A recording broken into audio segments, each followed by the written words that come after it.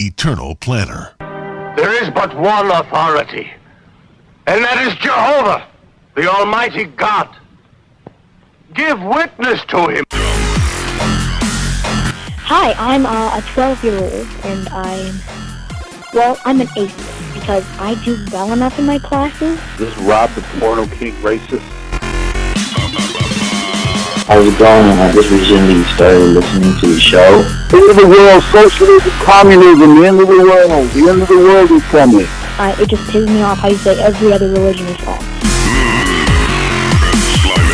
I saw the video of you getting prayed for about Matthew, and I was just trying to have prayer myself. I've been going through some health issues. This is the Eternal Planner. There are actually a number of different lists of 12. They're not all the same, as it turns out. Here's one from Habermas that we'll go through rather quickly. Number 1, Jesus died by crucifixion. Number 2, he was buried. Number 3, his death caused the disciples to despair and lose hope. Number 4, the tomb was empty. Number 5, the disciples had experiences which they believed were literal appearances of the risen Jesus. Number 6, the disciples were transformed from doubters to bold proclaimers. Number 7, the resurrection was the central message. Number 8, they preached the message of Jesus' resurrection in Jerusalem. Number 9, the church was born and grew. Number 10, Orthodox Jews who believed in Christ made Sunday their primary day of worship. Number 11, James was converted to the faith when he saw the resurrected Jesus. And number 12, Paul was converted to the faith, and Paul was supposedly an outsider skeptic. So the first question to ask is, what is or isn't accepted as a fact, and by whom? We are joined by Matt Dillahunty today on the podcast, and he is the host of The Atheist Experience. He's been a fundamentalist Christian for over 20 years. In the past, he became an atheist, and he said on his bio here, says he wants to prevent others from wasting another day on irrational beliefs. And it also says he himself has been freed from the shackles of religion. Hey, Matt, how you doing? Welcome to the show. I'm doing well, thank you. First of all, I like you. I like your show. I like the fact that you invite people on to discuss matters of faith. I think that's really, really cool. And I just wanted to say, when you made that video that I just played, you cite these instances where you have what you called it, the title of that particular video is called Minimal Facts Apologetics Approach. Yeah. And so I guess you would consider me somebody who promotes minimal facts apologetics, right? I really don't know, and my apologies, because I'm not actually that familiar with anything other than the emails we exchanged, and you were one of 2 or 3 people that mentioned minimal facts in the last week, and I hadn't really spent a lot of time on Habermas's approach since probably, 2006, 2007, I think was probably the last time I spent any time talking about it. Okay, but in that clip, right, you're talking about how do we know these are facts if the people say that they merely believed that, Jesus rose from the dead and stuff. And what was the point that you were trying to make there? Well, one of the things is you have a report of something, but that doesn't tell you anything at all about whether or not the report's true. For example, and I'm kind of reluctant to use this example, but it's the first one that pops in my mind. My mom once sent me an email, and she's a fundamentalist Christian, and she basically said, hey, this stuff is true. Your mom wouldn't lie to you. Now, I agree with her. I don't think my mom would lie to me. The thing that she's confused about is that she's not necessarily right or correct that the things that she believes are true. So I believe that my mother believes them. I don't think she's lying to me. I don't think she's intentionally trying to deceive me. I just don't see any reason to think she's correct. And similarly, when somebody comes along and says, well, I had this experience, be it an alien abduction story, most of us don't tend to believe alien abduction stories, despite the fact that you can actually talk to the people who claim to have those experiences. What I believe is what is consistent with the facts, and that is, I believe that they are honestly representing their understanding of what they think happened to them, but that doesn't tell me what actually happened. I see. Okay. Now, I think that is good segue to the reason I emailed you. First of all, I thought it was that's really cool that as soon as I emailed you, you emailed me back and you're like, yeah, I'd love to come on the show. I thought that was awesome. Most of the atheists that I contact have no interest in coming on the show. So I think maybe it's because you yourself were a Christian and you felt like, you know what? And you happen to be, I think, nicer than most atheists. Well, see, now it may be the reason I was willing to come on is because they might know something more than me. Because depending on who you talk to, I'm not.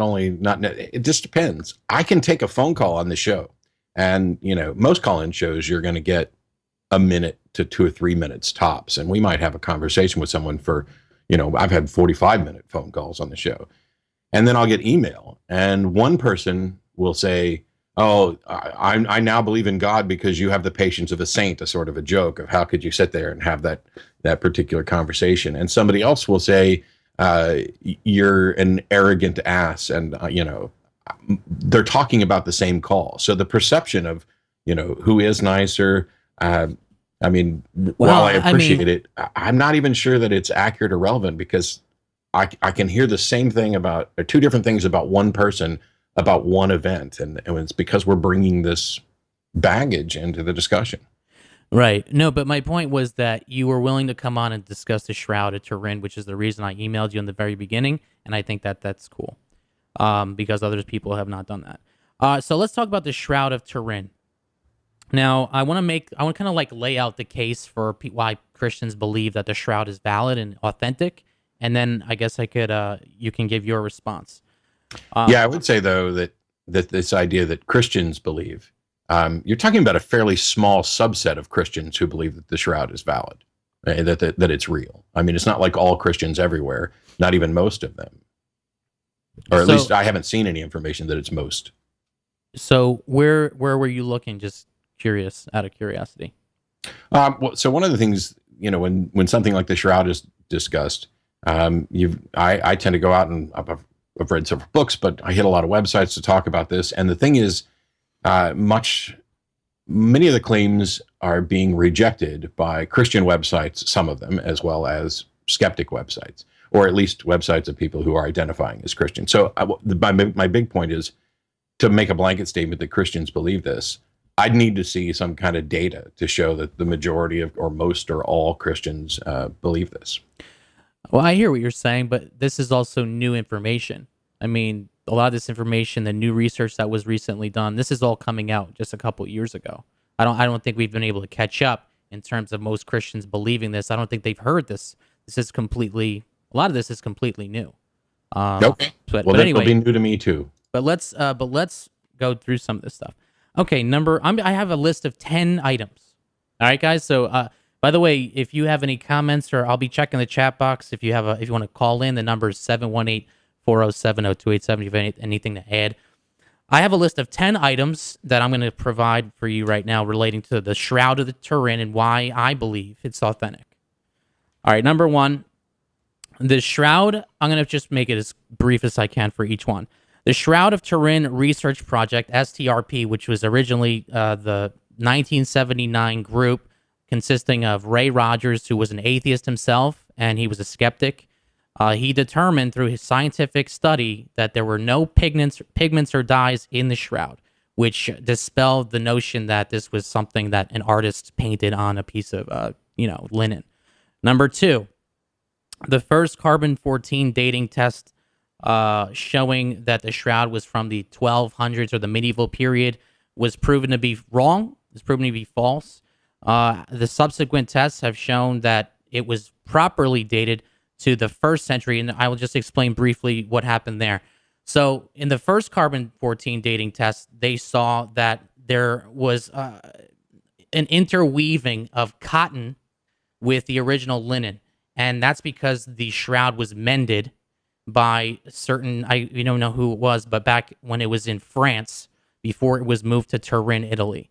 And so just I believe there's just a Christian couple, after the initial scientific study came out saying that, the shroud was carbon dated to the 1200 AD, therefore cannot possibly be authentic, they randomly put out this study. Ray Rogers, who at the time he was an atheist, he said, there's no way, this is absolutely ridiculous, looked into it himself, and it was shown that it did contain cotton, and then his dying wish was to ask a friend of his, a scientist, to continue this study to see what the outcome would be. And they determined that it was, in fact, properly dated. If you actually take the linen, the original linen, not what was mended into the linen, it was shown that it was from the first century AD. Number 3, forensic pathologists confirmed bloodstains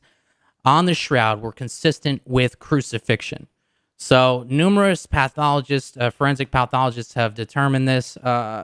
Number 1, couple highlights here. The thumbs were turned inward, which is something that happens after the median nerve in the middle of the palm is severed or ruptured. So that was present on the shroud image. 2, the crown of thorns and the blood stains were consistent with some type of crown of thorns being pressed onto the forehead of Jesus Christ. And then 3, there is an accumulation of blood in the thorax, which is consistent with a death via asphyxiation, which is what these forensic pathologists have determined. That's number 3. Number 4, double X chromosomes consistent with a virgin birth were shown to be. By the way, if you call the show from an unknown number, I'm going to answer it. So sorry, guys. Double X chromosomes consistent with a virgin birth were shown to.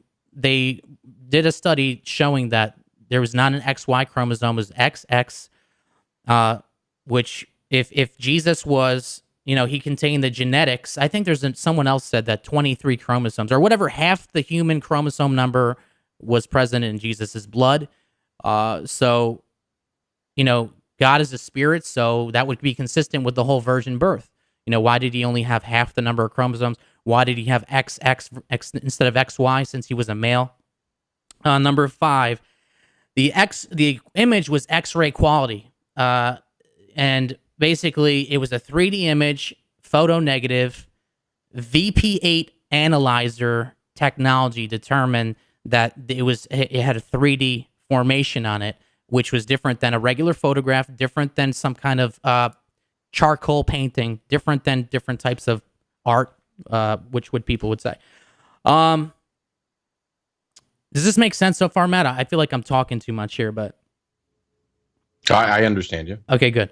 All right, so that's number 5, the X-ray quality image, and the scientists also determined that the light source responsible.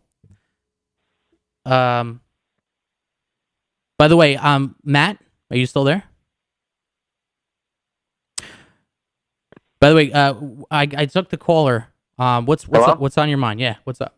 Hey, how's it going? This is Jared from over at Puritan Pictures. How you doing, bro? What's up, man? Do you still have Matt Dillahunty on the line?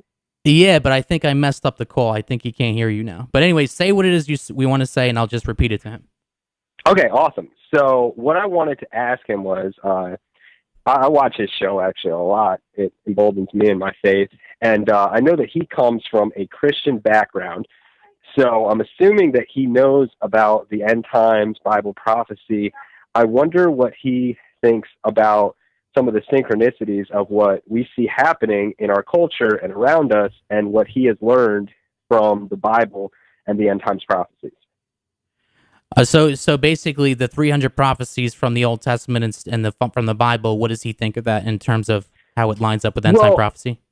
Well, no, how it lines up with what's going on in our current culture, how we can see Israel forming again as a nation, how we can see the nations of the world rising up against it, how we can see the formation of a system that the Antichrist could use as the beast system, forcing everyone to take a mark. Even Satanism in pop culture, just how it's promoting and lambasting the Antichrist. I'm just wondering how he reconciles all that and says, nah, none of it's true. Even though he obviously knows quite a bit about the Bible and its prophecies of the Antichrist. Okay, I'll definitely ask him once we're done with the shroud stuff. But thanks, bro. Appreciate it. Oh, yeah. Sure, bro. Okay. Hey, Matt. Let's see here. Hold on. Hey, Matt. Hey. Sorry about that. I'm, sometimes I mess up the basically, we had a caller, and he said a little piece about, he wanted to ask you something about, prophecies relating to the end times. We're going to get to that after, but I kind of like took the call by mistake. I should have just waited. But basically, I was just in the middle of talking about, if you're just tuning in, the Shroud of Turin evidence that we have proving that it's authentic. We're on my bullet point number 5. We got 10 bullet points total, so stick with us. We got Matt Dillahunty on the line. He's a host of Atheist Experience, and he's a former fundamentalist Christian. So let's see here. All right, I'm going to kind of continue talking here. We were on number 5 last time, so we'll continue from there. So the image quality on the Shroud is X-ray quality, 3D, photo negative, determined via VP8 analyzer. And we also know that Italy's National Agency for New Technologies experimented with laser-generated ultraviolet light to see if they could reproduce it, and they did. They did reproduce what they described as shroud-like image on a sheet via using this laser technology, which they called like ultraviolet laser technology. All right, so that's number 5. Let's move on to number 6. Again, there's like a couple more here, and then we'll have Matt Dillahunty respond. Number 6 is there's post-mortem blood and fresh blood shown on the Shroud of Turin. So that would be consistent with a crucifixion, because Jesus Christ, he was flogged. He was whatever, like the cat of nine tails. He was like flogged on his back. He was bleeding. The crown of thorns was bleeding on his forehead, and all this stuff. Of course, the nails through his palms and stuff. So that would also be consistent with the crucifixion. And number 7, bilirubin non-clotted blood was shown to be on the Shroud, which would also be consistent with a violent death, because the liver pumps out bilirubin. So the red blood cells, the wall of the red blood cell would kind of be destroyed after through this kind of high stress death, and basically, that would explain why it was deep red. So the bilirubin, and how he was under a high degree of stress when he was killed. That's number 7. Number 8, Sudarium of Oviedo, which is another, I guess a lot of other people would say religious relic, and the Shroud both contain AV positive blood. So that is consistent with them both belonging to both being used during the burial of Jesus Christ. And they're in perfect forensic agreement, meaning there's pulmonary edema fluid coming from the Sudarium of Oviedo. So the pulmonary edema fluid, which was consistent with an asphyxiation type, crucifixion type death, was also shown to be on these 2 items. That's number 8. Number 9, bilirubin causes blood to stay red, plus there was something called Saponaria officinalis suds, which is pretty much myrrh, was the thing that kept it red all these years. In other words, a lot of times it would just turn black, because blood will turn black over time, right? The reason it didn't is because Nicodemus, who was the Bible talks about Nicodemus, the Pharisee, he poured 100 pounds of myrrh on Jesus's body, and the myrrh was consisting of glucose, fucose, galactose, arabinose, xylose, ramose, gluceronic acid. So all these things are the components of myrrh, right? So they're actually shown to be on the Shroud, but also something having a preservative type quality that would justify why the stains were deep red. Then the last one is that there are prophecies in the Bible that show us that Jesus would be, if you go to Isaiah, Jesus is prophesied as being the Messiah, someone who would be undergoing a lot of someone who would be, let me read it from here. This is Isaiah 53. Who hath believed a report? To whom is the arm of the Lord revealed? For he shall grow up before him as a tender plant, as a root out of a dry ground. He hath no form nor comeliness, and when we shall see him, there is no beauty that we should desire him. He is despised. Here's the key part. He is despised and rejected of men, man of sorrows and acquainted with grief, and we hid, as it were, our faces from him. He was despised, and we esteemed him not. Sure, he hath borne our griefs and carried out sorrows, yet we did esteem him stricken, smitten of God, and afflicted. So that's all Isaiah 53, prophesying Jesus Christ. And then the last thing, I just wanted to read one more kind of like scripture prophesying here. Okay, this is from Isaiah 50. I gave my back to the smiters and my cheeks to them that plucked off the hair. I did not hide my face from shame and spitting. And so if you look at the shroud image, there's parts of Jesus's beard have been plucked out. So that would also be consistent with what was prophesied all the way back in Isaiah's day. And, you know, it was fulfilled in Jesus's crucifixion. So I guess that would be the last part. So anyway, Matt, how would you respond to kind of like this evidence? So first, and I don't mean this in an insulting way, I'm assuming we're serious. Of course we're serious. Okay. Well, you say that, but so I'm baffled at the entire, I guess, conversation, because there are a lot of people who've studied the shroud over the years, and they have greater expertises than I do. I have no idea what your expertise is. And you have basically competing accounts and people trying to protect things, protect it from being investigated, and we're only going to allow this little bit here and this little bit here. And so you have people like Joe Nickel, who, you know, he was involved in shroud investigations over the years. And so you cite somebody, you talk about how this is new evidence, but the first thing was the 1979 dating was wrong and there's newer dating. Well, I just saw reports from Joe Nickel the other day that this claim has been disputed. So at a minimum, I'm in a position where somebody tested something and came up with one date, and somebody tested something and came up with another date. When we go through your actual like list of items, I like the fact that well, you mentioned post-mortem blood. And if we read through the account, he bled until water came out, meaning that there couldn't have been post-mortem blood. But I suppose you could argue, well, there was blood pooled up in a liver that came out later or whatever. At the end of the day, even if we looked at all of those points that you made, and I have no alternate, I have no explanation. What is the explanation for this? All I have are a list of claims that I can't verify, that aren't a matter of consensus, that this thing hasn't been properly investigated. The findings haven't been subjected to peer review. And if I'm asked, what conclusion can I reach? I can't reach any conclusion. But it was interesting to me that, you keep looking at the shroud. When I look at the shroud, I see somebody with a brain the size of a peanut, because the physical nature of how that shroud hits the top of the head and then immediately the back of the head, as if they are together. There's no fold there.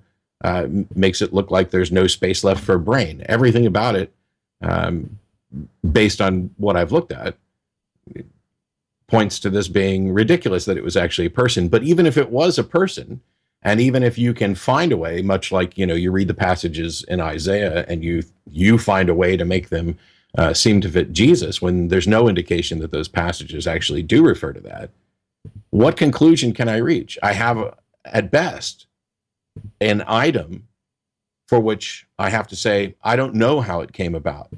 And the people who are proposing that the best explanation is that this is a supernatural event have to come up with some justification for why they get to do that. You can't just say, well, we don't have a natural explanation, so a supernatural one will do. Clearly, this must be the case, that all of this is true and Jesus is the Son of God and this story is actually correct.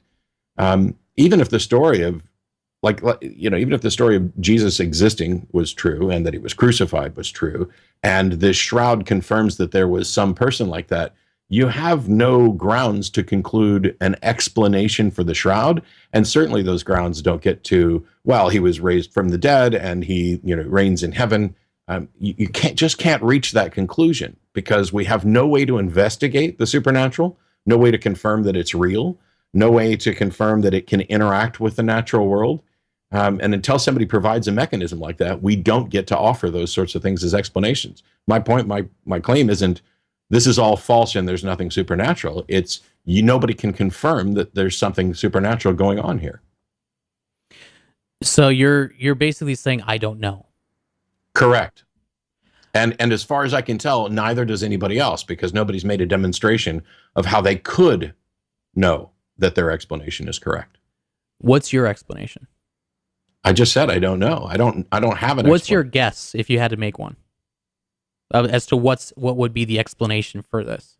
Well, I don't see why I would have to make a guess. So I can, when we talk about, for example, alien abduction stories, what's my guess as to why they think they've experienced that? I don't know. There could be any number of explanations. I think that based on what I've read, I find it, at least reasonable to conclude that the shroud is a fraud, that the tests that seem to some contraindicate that haven't been subjected to proper rigor. And the fact that that this isn't, if we were able to confirm, if scientists, even biased scientists, were able to confirm all of the facts that you cited and elsewhere, then there's no reason not to subject this, the shroud itself. Hey Matt, stop for a second. I'm gonna add a call. Hopefully I don't lose you. Hold on. Let's try it. Hey hey Matt, are you there? I'm here. Message erased. At the tone, please re-record your message. At the end of your message, voicemail. Press 1. That's weird. Okay, that's weird. Oops. Let's get Mac back on. I just hung up on him by accident. Hold on one sec. So, by the way, call the. You know what? I guess we're having issues with the call thing right now. But I'll try to check the chat box if I can, to see what you guys are saying. But so far Hey Matt, you there? I'm here. All right. So we're talking to Matt Dillahunty. He's a former fundamentalist Christian for over 20 years. He's host of the Atheist Experience. And, it's weird. Hold on. Let's try it now, Matt. Let's try it one more time. Okay. Hey, are you there, Matt? I'm here. Okay, now we got another call on their line too. What's your name, where you're from, and what's on your mind? Hey, it's Jared again. How's it going, man? There we go, Jared. So Jared called earlier, and he wanted to ask you something, Matt, directly. This is kind of like outside of the shroud discussion, but I guess go ahead, go ahead, Jared. Okay. All right. Hey, Matt. How's it going? Big Good. fan of your show, actually. I watch it quite regularly. I am a born-again believer in Jesus Christ, and I've actually followed your channel just seeing how you've come from fundamentalist Christianity to atheism. And I was wondering, since I'm assuming you've studied the Bible quite a bit, how you reconcile what's happening in our current events and how it lines up with Bible prophecy, like the nation of Israel forming, the countries of the world turning against Israel, as we see is going to happen in the end times, as well as the huge push in Satanism, shows like Damien, Lucifer, a new satanic TV show, and basically all the things that are happening around us. Do you believe that lines up with what the Bible says is going to happen in the end times, or do you just kind of chalk it to coincidence? No, so the thing is, first of all, a lot of things that are claimed as prophecy, I see no justification for claiming that they're actually prophecy. But the thing is, if a waiter brings me a steak medium rare after I ordered a medium rare steak, he's not fulfilling prophecy. And so if there's something public, like, for example, Jerusalem as a state, if that comes to pass, there's a lot of people who have been actively working to do that. That's not a fulfillment of prophecy. See, prophecy needs to be specific, answerable by only a single circumstance, not subject to interpretation. As somebody who's been doing magic since they were 3 and mentalism stuff over and over again, magicians exploit this all the time. We are poor thinkers about things, and so if they can convince you that I've made this prediction before I could have possibly known the result, then you have a miracle on your hands. But in the case of the Bible, you have things where it's not necessarily clear that this was done before, and it's not specific enough. For example, there are people who date the Gospels to post 72 AD because they refer to the destruction of Jerusalem. So they begin by saying, okay, they're talking about this, so it must have been written afterwards. Well, that alone, if that was your only methodology, would be flawed. But if you look at the broader picture, and you say you also can't just claim, they were making a prediction, because you don't know. The date could be either. And so when I see these things, first of all, Lucifer, Damien, whatever, we've been hearing about end times predictions since the beginning. And every year people are saying, the world's going to hell in a handbasket and all this other stuff. And yet, if you read like Steven Pinker's book, The Better Angels of Our Nature, it shows that we are living in the best of all possible times, that are all times throughout history, and that if you measure social health and everything else, we're doing great. I don't know what a show like, Lucifer, I mean, couldn't you have said this 10, 15 years or 15 years ago with Buffy the Vampire Slayer and the rise of the... I believe it's growing worse and worse. Well, I guess my ultimate question to What's you would worse? I mean, I believe it's worse, seeing the media. I believe it's gotten worse since the days of Buffy. But basically, my end question would be for you, because I don't want to take up too much time on this broadcast, would be, if you saw the world system, like economic collapse, come to America, the way as life as we know it go on, and then they form a world governance system and they want one man to head it up, would there be anything in you that would say, man, this could be the Antichrist that the Bible was warning about? The whole world loves him, they're worshiping him, and then all of a sudden they're like, you know what, Christians are actually a plague to society and we need to get rid of them. Would that, I'm just, like, a serious, honest question. I mean, would you be like, man, the Bible did say some stuff like this? Would there be anything in you that would just kind of, I don't know. I suppose if we end up with a one world government where there's one leader who is worshipped, and then they say Christians are a plague on and need to be exterminated, I probably would give that a second thought.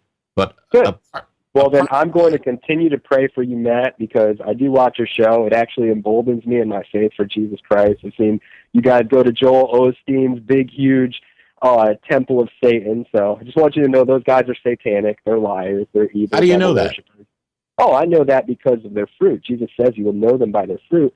And their fruit is wanting money, wanting prosperity, wanting worldly riches and things. They don't want the life that Christ has shown us in his scripture that we would have, one that is to fulfill his great commission, go out in the world, preach the gospel. But I'll continue to watch your show and pray for you, bro. And I hope that the Lord does open your eyes and that you come back to the faith that you were once in. Like the prodigal son, man, it'll be like that. It'll be awesome, and you'll be welcome to the feast, and it'll be great, bro. All right? Okay. All right, thanks, Jared. Appreciate it. Yep, God bless. All right, take care. All right.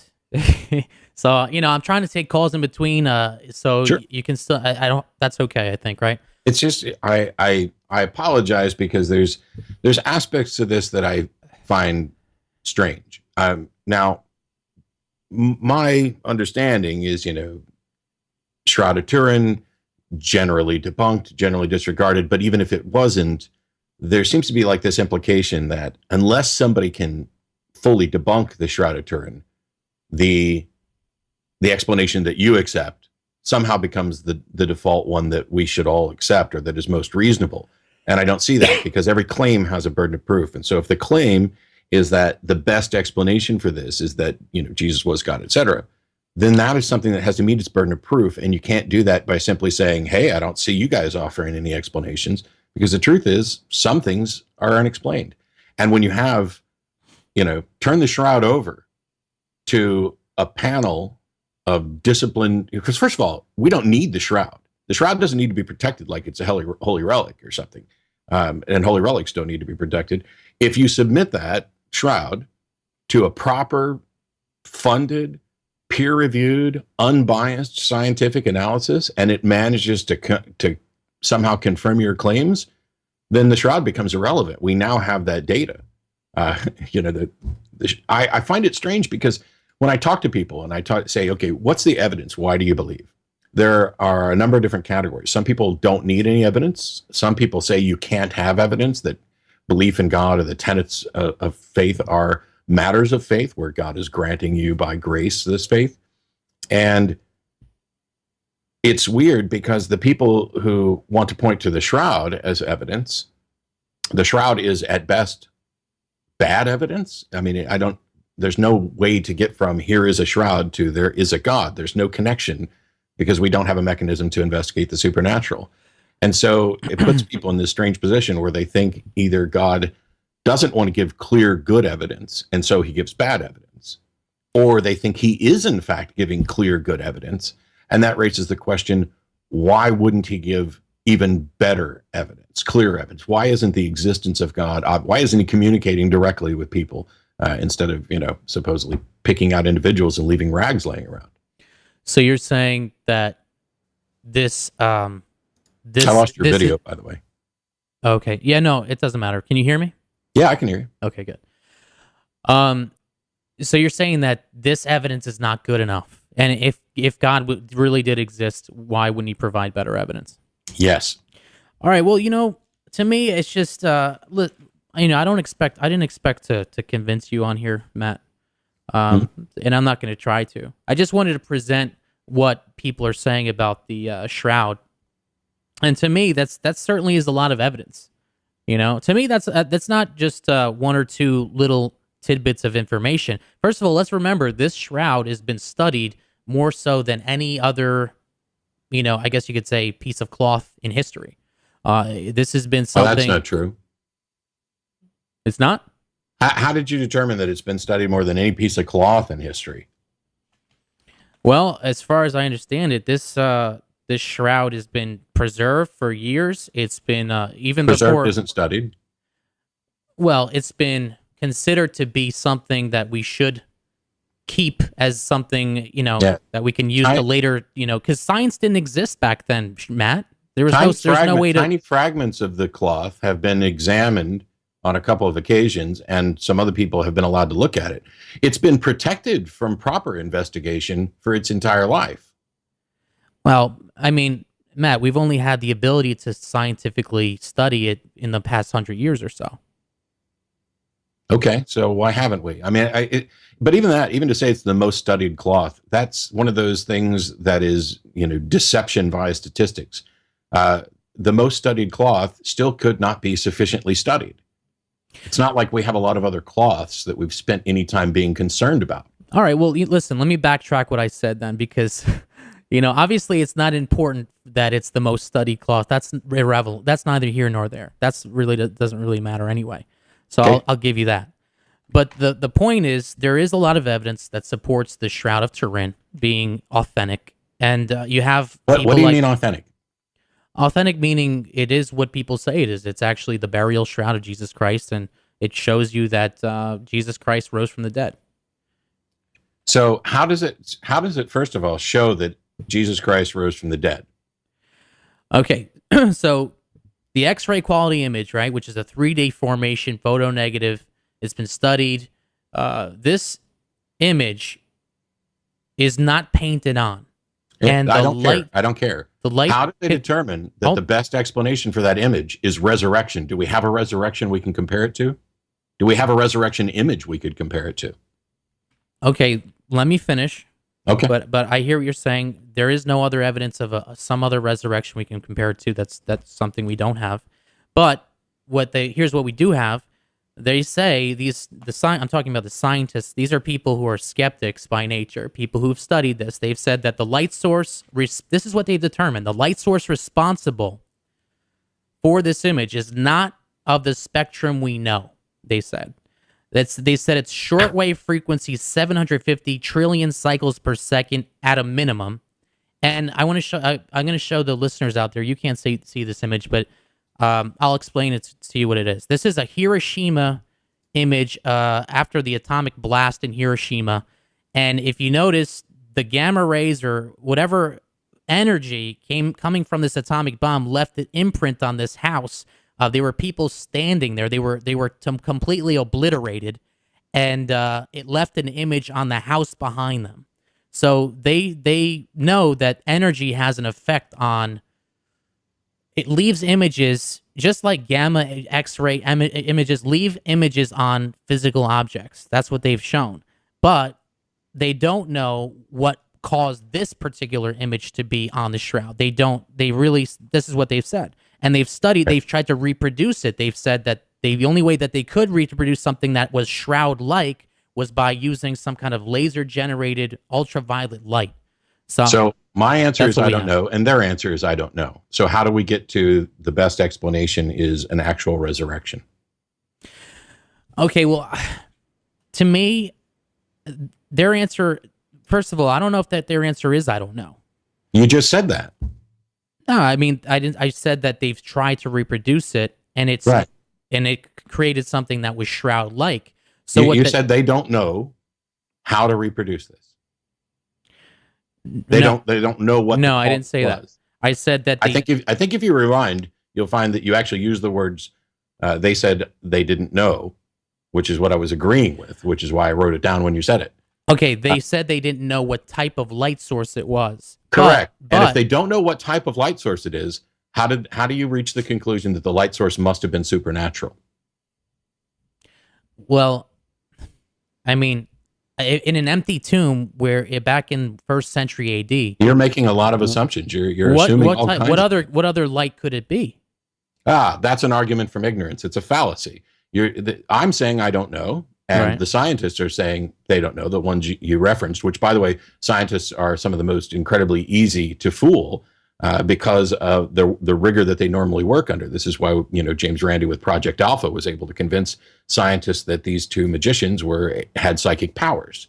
But if they say they don't know, then that's the position we're in. We don't get to say, hey, we can't think of any other explanation other than something supernatural, because that is a fallacy. The point is that is one aspect of it. There's the blood. How do you explain the blood aspect of it? I don't know. I haven't investigated it. You talk about AB positive and XX chromosomes. I haven't seen anything that confirms any of those things. But even if they did, I would still be at a point where I can't conclude that the best explanation is that it's supernatural in origin. I want to refer some listeners to a study. This is from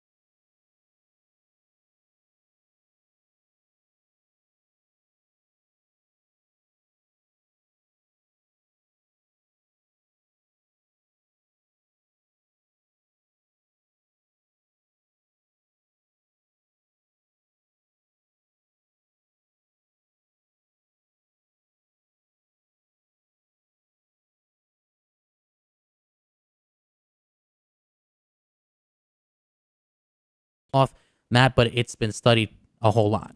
And you've had people like Ray Rogers, who was an atheist himself, and he Which is irrelevant. well, I mean, he was a skeptic. He was somebody. No, atheist does not equal skeptic. Okay, what does atheist equal then?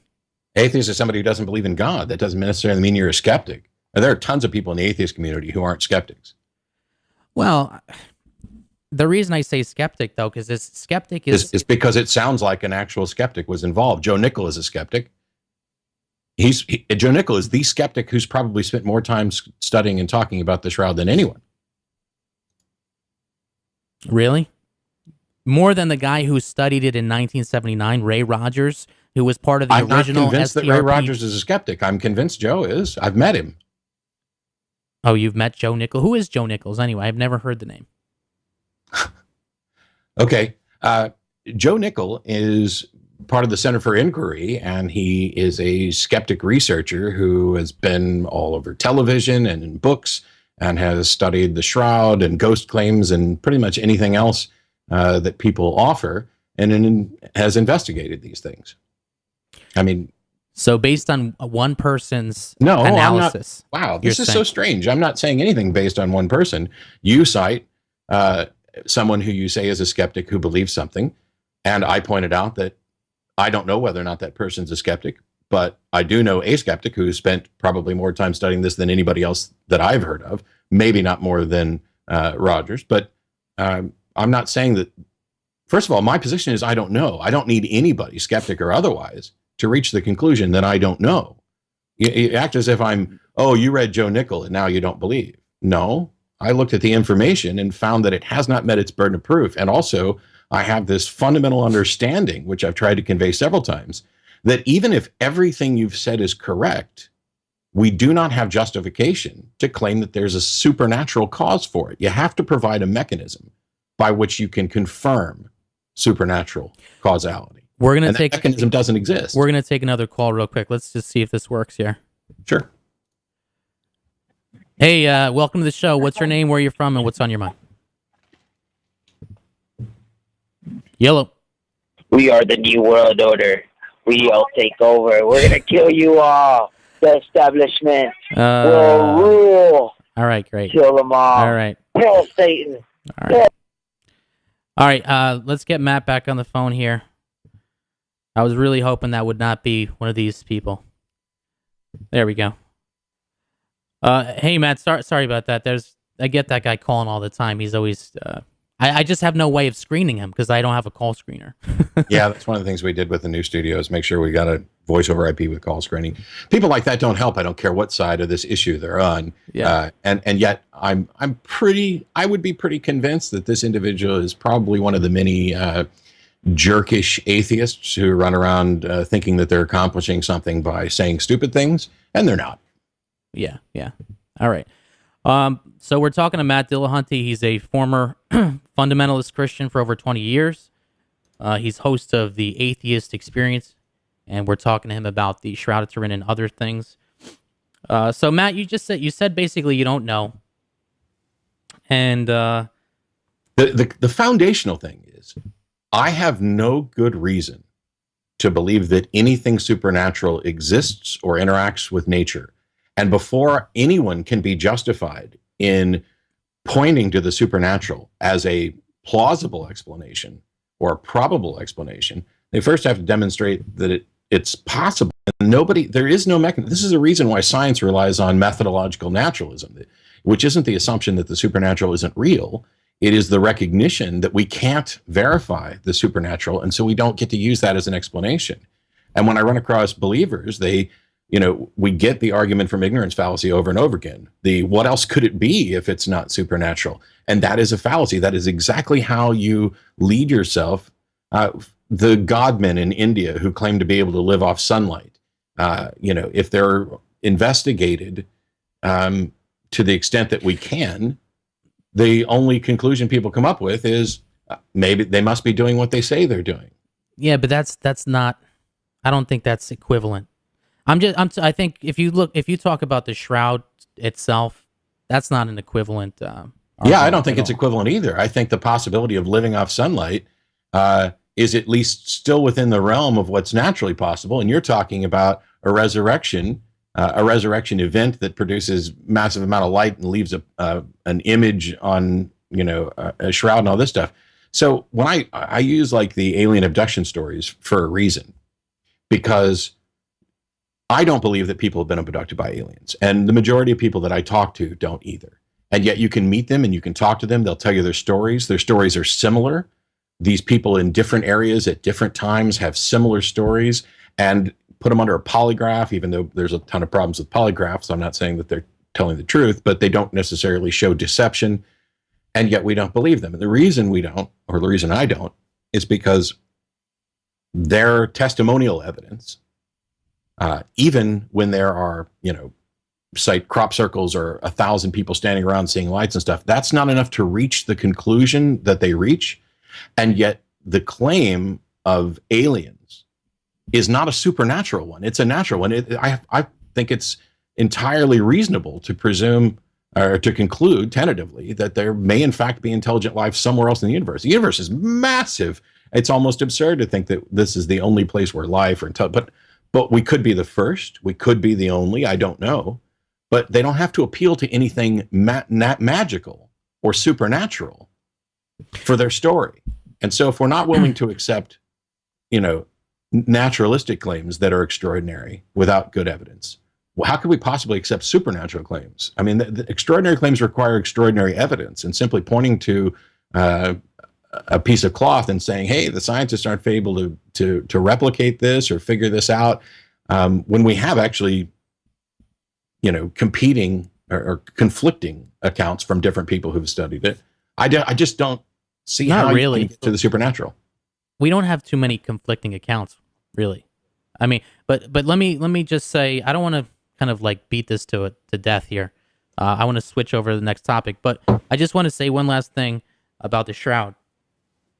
I think, would you agree that at least this is evidence that this shroud, this piece of cloth, this linen really, was used to preserve a body, a human body, and that the evidence is showing us that this person, let's forget for a second that, I'm not, let's imagine that, are you willing to admit that this is a human being that was dead, that shows, based on the forensic evidence, that this person was crucified, based on the evidence that we have that this person, was XX chromosomes, which is interesting to say the least. I mean, my point is, you have to admit that this is evidence that this person was crucified. Would you agree with that? No, I'm not even convinced it's a person. I'm not convinced by what I've seen that this image on the shroud was necessarily the result of a person, or that it was a result of a dead person. You've got disparate little pieces here, which I haven't had, access to, the ability to investigate. So no, I'm not going to, if I were to, as I said, I don't see that this thing has been subjected to fair inquiry, but I'm not saying that that's not the case. I'm not saying that this wasn't a dead crucified person. I'm saying I remain unconvinced right now that that's the case. Okay, so what you're saying really is that you haven't looked into it enough. You haven't. Well, you're saying I haven't looked into it enough. I think I've looked into it more than enough, because I already understand. Why would I continue to look into something that can't possibly demonstrate the thing that you think it demonstrates? Because there's no question it was a human being. At the very least, you have to admit that. That's my view. Okay. And there's no that, and if to me, is there a someone human says, being whose head is shaped that way, where the back of their head and the front of their head touch? That wasn't even. That's not. I don't know what report that was that you were reading that showed the picture. That. Look at the shroud. I'll show the shroud on the screen here for people who are listening. So the image, I'm not even sure what you mean. It's a 3D image, and the head is a human being. I mean, it's a full body with his hands across his lap. Look at the head. Okay? Yeah. So you see the top of the head? Mm-hmm. So this is a reflective image, right? So you see the front and the back. Well, I'm showing the front right now. Okay. So the top of the head you can see, and on the front image. And if you turn around to the back image, you also see a top of the head.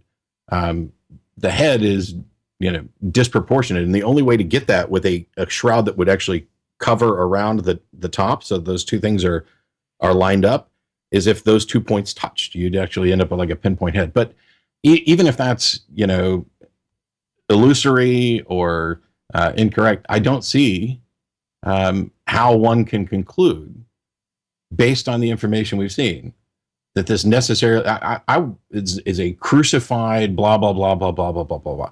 I think you're taking, so the way conspiracy theories work and the way we tend to reach irrational or unsupported conclusions is that we take a bunch of disparate facts and we try to weave together the narrative. This is the problem with the minimal facts approach. Science doesn't use minimal facts; it uses maximal facts.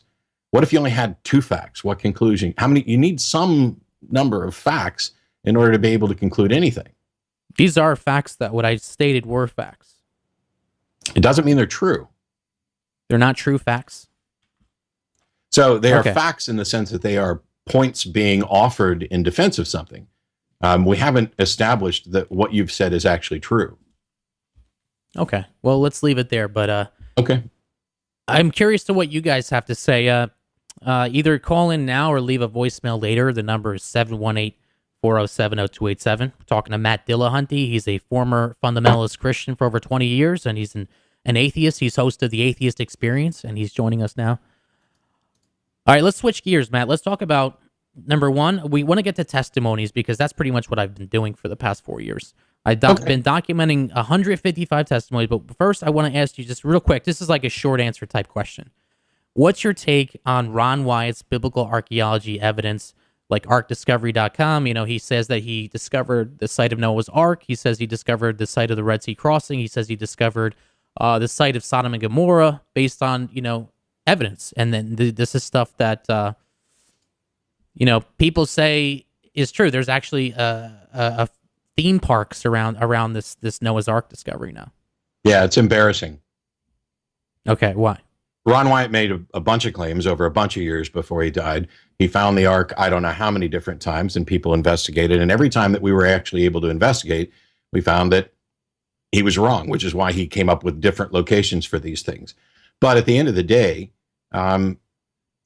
so we haven't confirmed an Ark location. We have, reports from Ron that are varied, and people who have investigated this have shown that he hasn't yet met his burden of proof. But let's say that he did. Let's do the same thing we did with the Shroud of Turin. Let's say we found an Ark.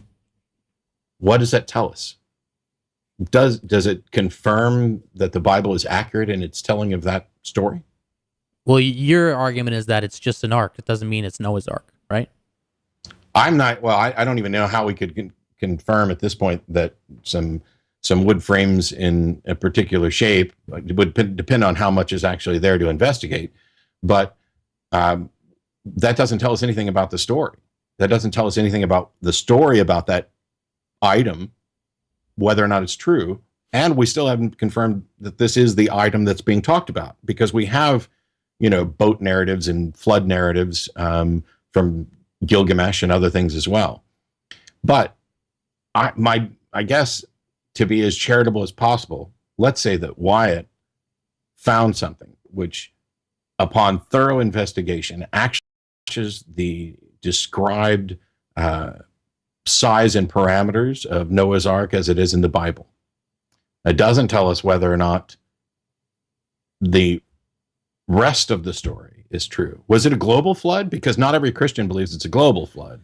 They believe it was a local flood, a regional flood. Did every animal end up on there? If it wasn't a global flood, I have a huge problem with it with regard to the story.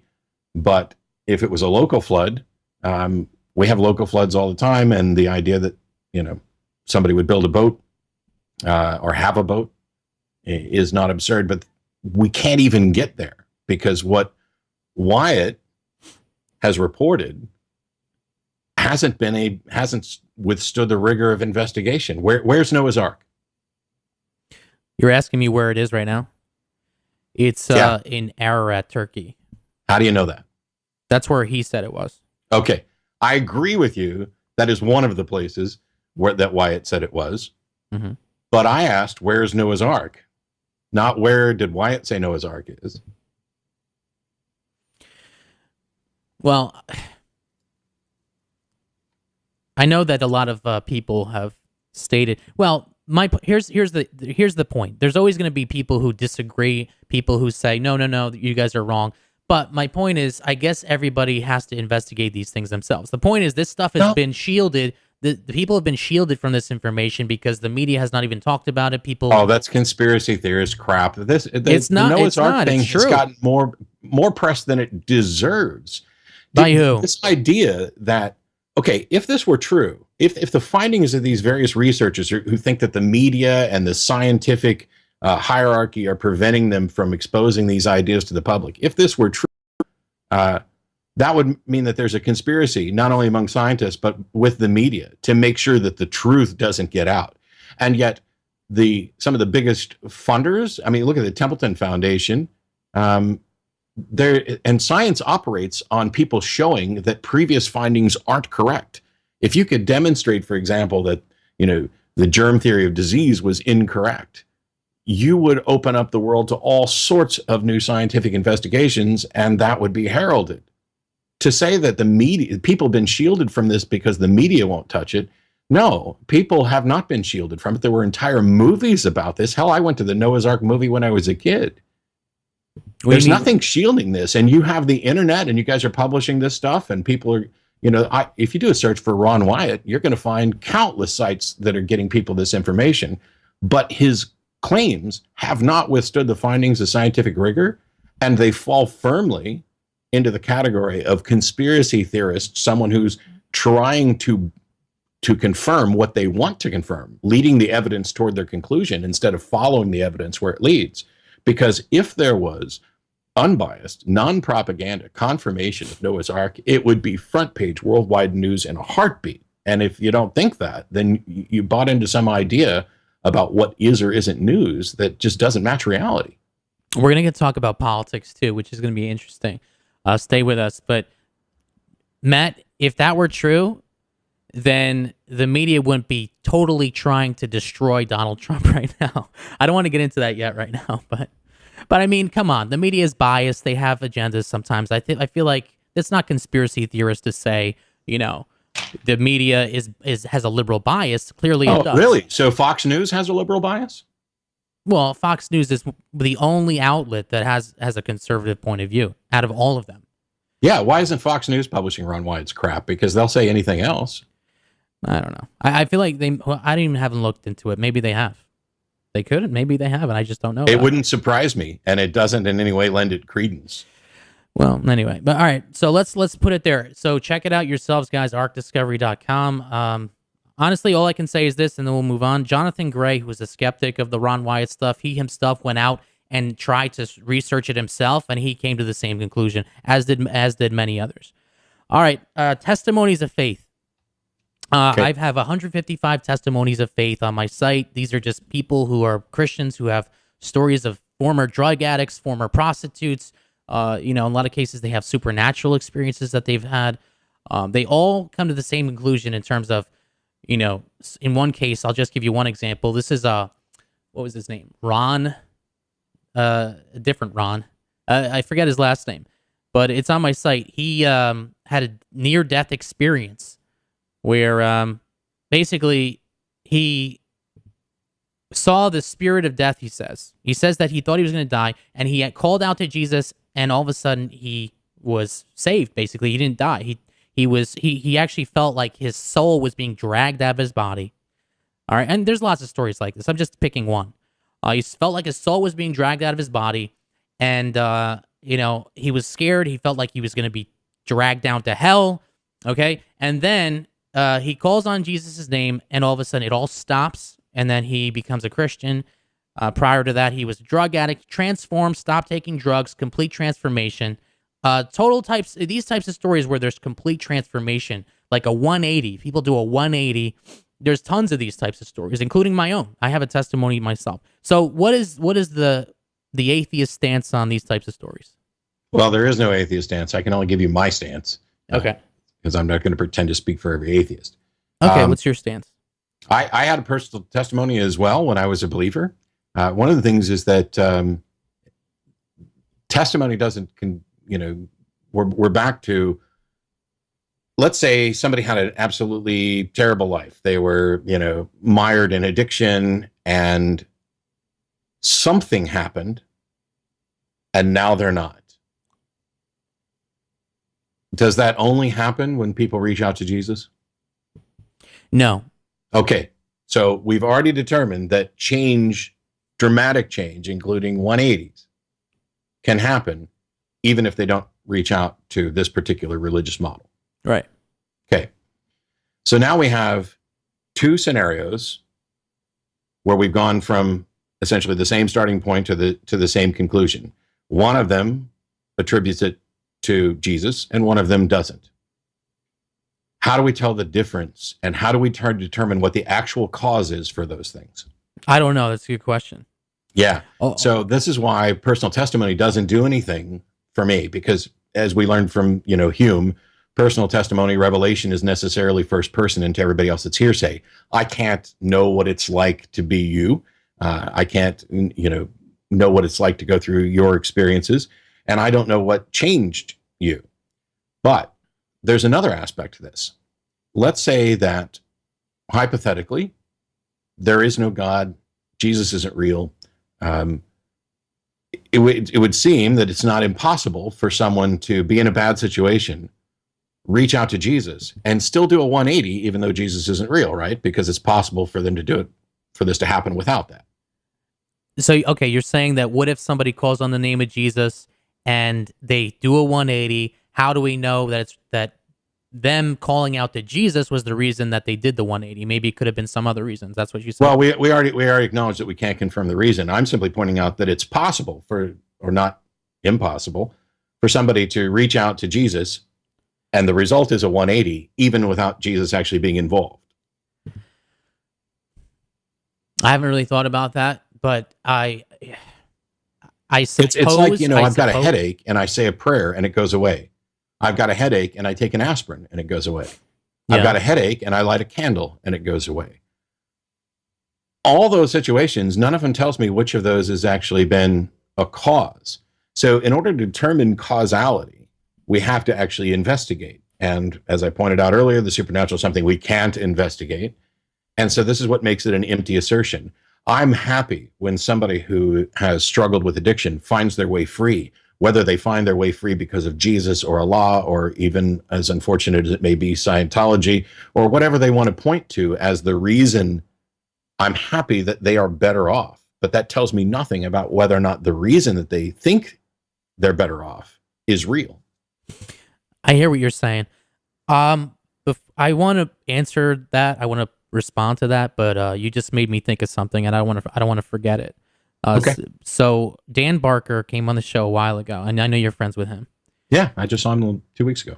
And Dan Barker and I were talking about this one specific case in the U.S. with the cops were using some kind of program that allowed pastors from churches to come and minister to people who either were the victims of crime, or I can't remember the exact, I think it might have been called the Good Shepherd Project, something like that.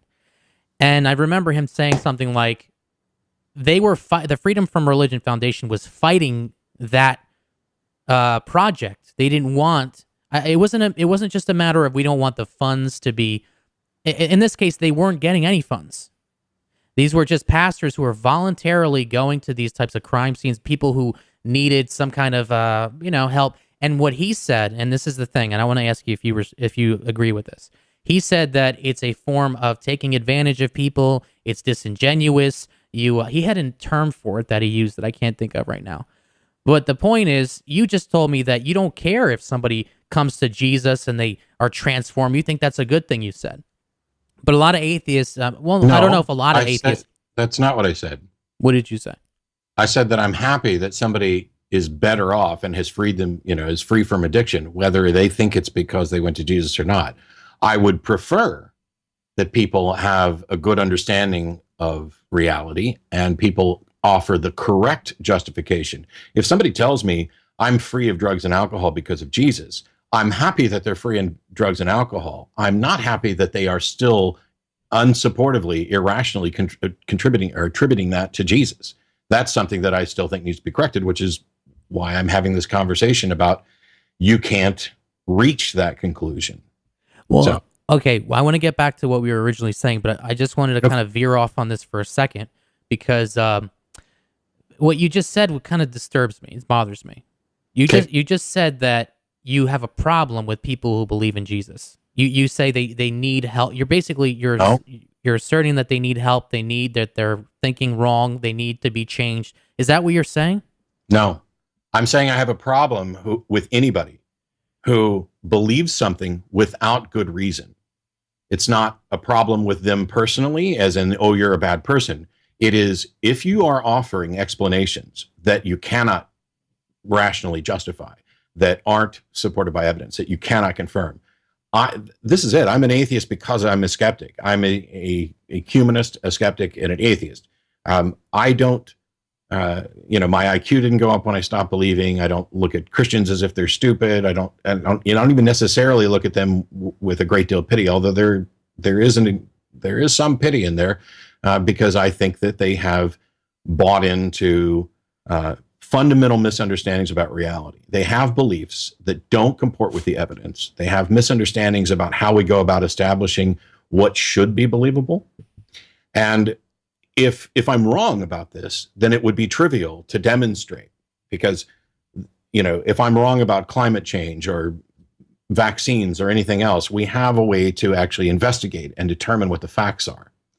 And there are people who will still be irrational in the face of those facts, and I get that. But if it's something like, my life has changed and I attribute this to Jesus, I'm happy that their life is better, which isn't always the case. There are plenty of people I've met who attribute life changes to Jesus when those life changes are, at least from my perspective, absolutely awful. But if I'm happy that their life is better. I'm not happy that they cannot offer a rational justification for this. And the reason I care is because every belief that we have is formed by some process. Some heuristic model in our head leads you from, input to conclusion. And they don't live in a vacuum, which means if I have this method where I reach conclusions based on flawed reasoning, that can affect other things. And every belief I have potentially informs actions, and those actions have consequences for myself and other people. Right. So I still think, you kind of explained, but you still think you still think it's problematic. You think because you're saying that we're promoting ideas that are not rational. That's what you just said. Yeah. You think it's problematic, and I take issue with that because what do you care? Who cares what people think? I just told you why I care. I just told you exactly why I care what people think, because beliefs inform actions, and your actions have consequences for yourself and others. You don't live in a vacuum. You vote based on what you believe. You interact with other people based on what you believe. And if those beliefs are fundamentally flawed in their reasoning, and this goes for everybody. But that's your view that they're fundamentally flawed. That's not. I said if they're fundamentally flawed. Yeah. This applies to everybody. Okay, my but goal is to to me, eliminate irrationality and flawed thinking everywhere, not just with respect to religions, not just respect to, everywhere. But don't you see that as you are trying to micromanage what people believe? You're trying to force your hand on people and trying to change them via. And look, you're trying. That's what it sounds like to me. I'm being honest. How am I forcing my hand? First of all, I don't go door to door knocking to ask the people if they stop believing in Jesus. My show's a call-in show. I engage in the people who want to engage in conversations. I go on the shows where people want to hear what my opinion is. The idea that there's something wrong with wanting to help people change their mind when you... No, I'm not saying that. I'm not saying that. I don't have any problem with what you do in your show and your speaking tours and stuff like that. That is something that under a free society that we live in, that's totally fine. I have no problem with that. In other words, when I talk about my faith and why I think people should have faith in God, that to me is something I do, and I'm not expecting everybody to become a Christian. Wouldn't you prefer it? I mean, if you think your position is reasonable, wouldn't you prefer that everybody else reach the same conclusion? Right, but I don't want to. But I can't force people into it. I'm not forcing people. I'm not advocating. I'm trying to convince them, and I'm doing it through reason and evidence. I'm not trying to convert them or take over anybody's life or implement laws that outlaw Christianity or anything even remotely like that. Well, okay. I mean, that's fine. But you're trying to convince people because you care, and I'm trying to convince people because I care. The difference is you haven't. Your side has not met its burden of proof. Well, according to your the way you tabulate proof, yeah. It's according to the way you tabulate truth as well. You just don't realize it because you reject a bunch of other religions that could use the same arguments and the same methods to claim that they're justified, right? Well, let's get back to the testimonies thing because that's a good segue. For example, you might say something like Vishnu. Well, do you find testimonies convincing evidence for what you believe? Do I? You're asking me? Yes. Yes. I do. And here's why. Why do you disregard the testimonies for religions you don't accept? Let me tell you why. Because if you take Vishnu, for example, or the Hindu god, where some people in this world believe in Vishnu, right? And you're saying, okay, well, if Jesus is, why can't Vishnu be real? Isn't it just a cultural thing? They were raised in this culture and whatnot. And I would say to you that the number of testimonies that have come out in favor of people saying that they prayed to Vishnu and they were transformed and everything went right for them, those don't exist. I've not heard, to the extent that Jesus tested, to the extent that Christian testimonies exist, That has not happened. And as a matter of fact, there's no other faith that can claim the sheer number of testimonies of faith. Now, that's an argument from popularity. That's also a fallacy. Well, why is it a fallacy? Why is it a fallacy? Because the truth isn't impacted in any way by the number of people who believe it or the strength of their convictions. So simply saying that, there's more testimonies, even a lot more testimonies about Jesus changing lives than there are about other religions changing lives, that is a fallacy. I don't accept it as a fallacy. To me, that's you're not wrong. I mean, this is not subject to opinion. Go look up argument ad populum. This is a fallacy. The number of people who are convinced of something has no bearing on whether or not that's true. Take a look at the amount of time that people believe the earth was flat. That doesn't tell you whether or not it's true. Right, but that was determined that to be round via science, and certain things can't be determined via science. Then we shouldn't believe them. No, then we should consider them, and we have the free will to decide whether or not we're going to believe them. Oh, I'm not saying that you're not free to decide. I'm just saying that it's not rational for you to conclude that something is true when you don't have good justification for it. And when your justification includes logical fallacies, I mean, if you presented an argument and it includes a fallacy, you do understand that your argument is not rational by definition and cannot confirm the conclusion you've reached, right? Well, on the debate stage, maybe, but no. This has nothing to do with debate stage. This is logic. This is reasoning. Logic. I mean, I don't consider logic to be the optimal way of having a dialogue. I really don't. I don't care about dialogue. I'm talking about what is the optimal way to find out whether or not your conclusion is reasonably justified. If you ask a person on the street about, if you have, let's say, I'm trying to find a good example.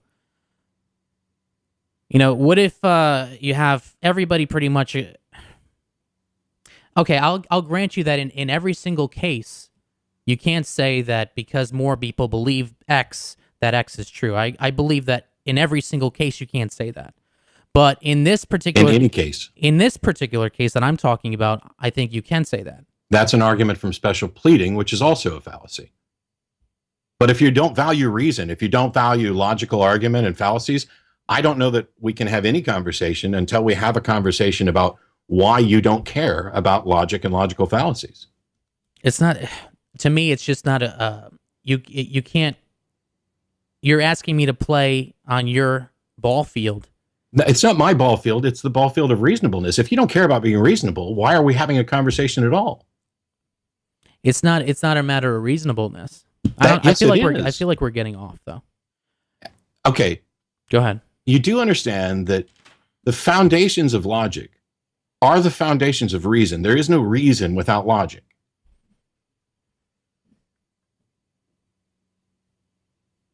Okay, you're saying that... All right, I meant to... Hold on a second. Okay. I feel like we're getting off too much on something that's... I feel like we're veering off too much. Well, The point is that if you have people who are saying that they have been transformed, okay, and this is the only faith where you have the level of people saying that, it's extremely, it's way more than any other faith, all right? Then that, at the very least, should be something that you should consider as, yes. Hey, you should think about, what's your answer? Why is this happening? So, I mean, what would you say? What's your explanation for that? You My don't know? Explanation for what? For why there's so many people, Christians, who say that Jesus is the truth after experiencing some kind of Because this is a supernatural religion encounter. that specifically teaches this, and people become convinced of it, and then they credit this. What? The reason that's not a good explanation, because a lot of people are not raised Christian, and they come to the same conclusion. It doesn't matter. So are you talking about people who know absolutely nothing about Christianity and then reach out to Jesus and their life is transformed? Yeah. How did they know to reach out to Jesus? They didn't even know to reach out to Jesus, and a lot of times they'll just say a prayer to God, and then they'll come to certain things. So somebody in a desperate situation reaches out into the whatever, and their life is changed, and then they credit it to Jesus. Well, there's a little more to it than that. But have you listened to any testimonies? I'm just curious. Have you listened to some of these accounts? Are you specifically talking about the ones on your site or just in general? In general. Yeah, I've spent 25 years as a believer. I had my own testimony. My point here is that the testimony doesn't tell you anything about whether or not the reason that they're giving for the change is true. Nothing. You're kind of saying, I don't know again. That's what you're saying. Is there a problem with that? I guess there is. Isn't that the right answer sometimes? To me, you're the one saying you do know. Yeah. And I'm asking you to justify how you do know. And when we get to there, you offer fallacies and then say, well, you're going to disregard fallacies and you don't care about logical reasoning. And then you say, well, if a whole bunch of people say something, we should probably consider it. And I agree, we should definitely consider it. My question is, what conclusion can you reach? You can't reach the conclusion that their causal explanation is correct. Well, I guess it's up to the person. I mean, sure, and it's up to the person. It's up to the person. It's up to each person to decide what they believe. But I don't care what they believe in this context. I care about, is their belief rationally justified? Okay. Because I want to know whether or not they're likely to be correct. That's the important thing. If we want to just throw up our hands and say, hey, you're free to believe whatever you want, then why have any conversations at all? I agree. You're free to believe as your conscience dictates. In fact, I don't think that beliefs are a choice, which means it's not like you are acting and choosing to believe something. I want to bring up one more thing. Okay. This is another example of this type. To me, this is an example of what I'm trying to articulate, and I'm not doing a good job of it. This is an article from The Blaze. The title is, "He studied 1,000 cases of people who claim they visited heaven after nearly dying. Here are the phenomenal patterns this pastor discovered." Now, let me finish. I know you're not jumping in, but five things are the same in every single account of these near-death experiences. I'm just going to name them real quick. Number 1, people feel more alive than ever before. Number 2, they see loved ones. Number 3, experience profound beauty. Number 4, experience beautiful colors, and then see a man of light. So in every single one of these near-death experiences that this one pastor, who happens to be from Austin, by the way. Do you know the church, Gateway Church in Austin? Yeah, I've been there. Okay, so it's this guy. His name is John Burke. So he's the one who did this whole, who wrote this book. But he's saying here that in every single one of these near-death experiences, these 5 things were uniform across the board in every single example. I mean, at a certain point, when you have enough of these types of stories, to me, that's scientific. And to you, it's scientific, but to actual science, it's not. And I guess I'm really struggling to understand why that is. Sure. So first of all, the 5 things that he lists, somebody has a near-death experience. They're more alive. They see loved ones, beautiful stuff, beautiful colors, and a man of light. Now, first of all, those 5 things that are similar in all of those cases are only similar in all of those cases that Burke decides to cite. They are not similar in all near-death experience reports. Right? 100%? No, maybe not 100%. Sure. but a large majority, I would say. And this is not the only study that's out there. Sure. Now, the reason here we are back to aliens, and I know that there's people going to laugh, but you could list similarities amongst alien abduction stories. And the question is, why are they there? Why are these people who don't know each other, who aren't necessarily part of the same alien culture, giving the same descriptions? And one of the reasons that has been offered as a proposed explanation is that these things have sort of entered the realm of pop culture. What aliens look like in our mind has changed throughout time, but then when you get to about the time that 2001, or not 2001, Close Encounters is released, the reports of aliens all of a sudden become much more narrowed, so that they're, the almond head, big eyes, big bald head, shorter. This becomes almost the de facto report of aliens, whereas they used to be, tentacled things and whatever else. We now get a kind of a coalescing of what people, and it's not because they got together and said, oh, we're going to make all our reports the same. It's because what we learned in culture, this is what an alien looks like, changed. And as it became kind of a standard, the more common one, it became the standard. Now, as I'm saying, this is a proposed explanation. For all I know, these almond aliens actually exist and did abduct people. I can't show that they didn't. I just don't necessarily see that that's the case. We live in a time now where pretty much everybody has heard something about near-death experiences. We've shown that some of them are absolutely fraudulent. The little kid who wrote the book, who then her parents wrote the book, I forget the details, from a year or so ago. And there's a bunch of other these. But we've actually studied the phenomenon of near-death experience. And first of all, it's near death, not death. Death is a process. And so what we're talking about is a dying, oxygen-starved brain. And we also know that memories are faulty and confabulated. And you can't ask someone about their near-death experience while they're having it. You can only ask them after they have been revived and regained consciousness and their brain starts to return to normal. And that is the point at which the brain tries to make sense of what happened. But we can test for near-death experience. We can test for the out-of-body stuff. We can't test for the, what you saw in another realm. But the fact that there are similar aspects to some of these stories is hardly unsurprising, given that we are similar creatures with similar brains coming from a similar world with similar experiences. Even if they all came back and said, I saw Jesus, I saw Jesus, I saw Jesus, I saw Jesus, that would not confirm that they in fact saw Jesus. And I find it strange that we're more likely to pay attention to what a oxygen-starved, dying brain is saying as if it were true than what a functioning brain reasons about this.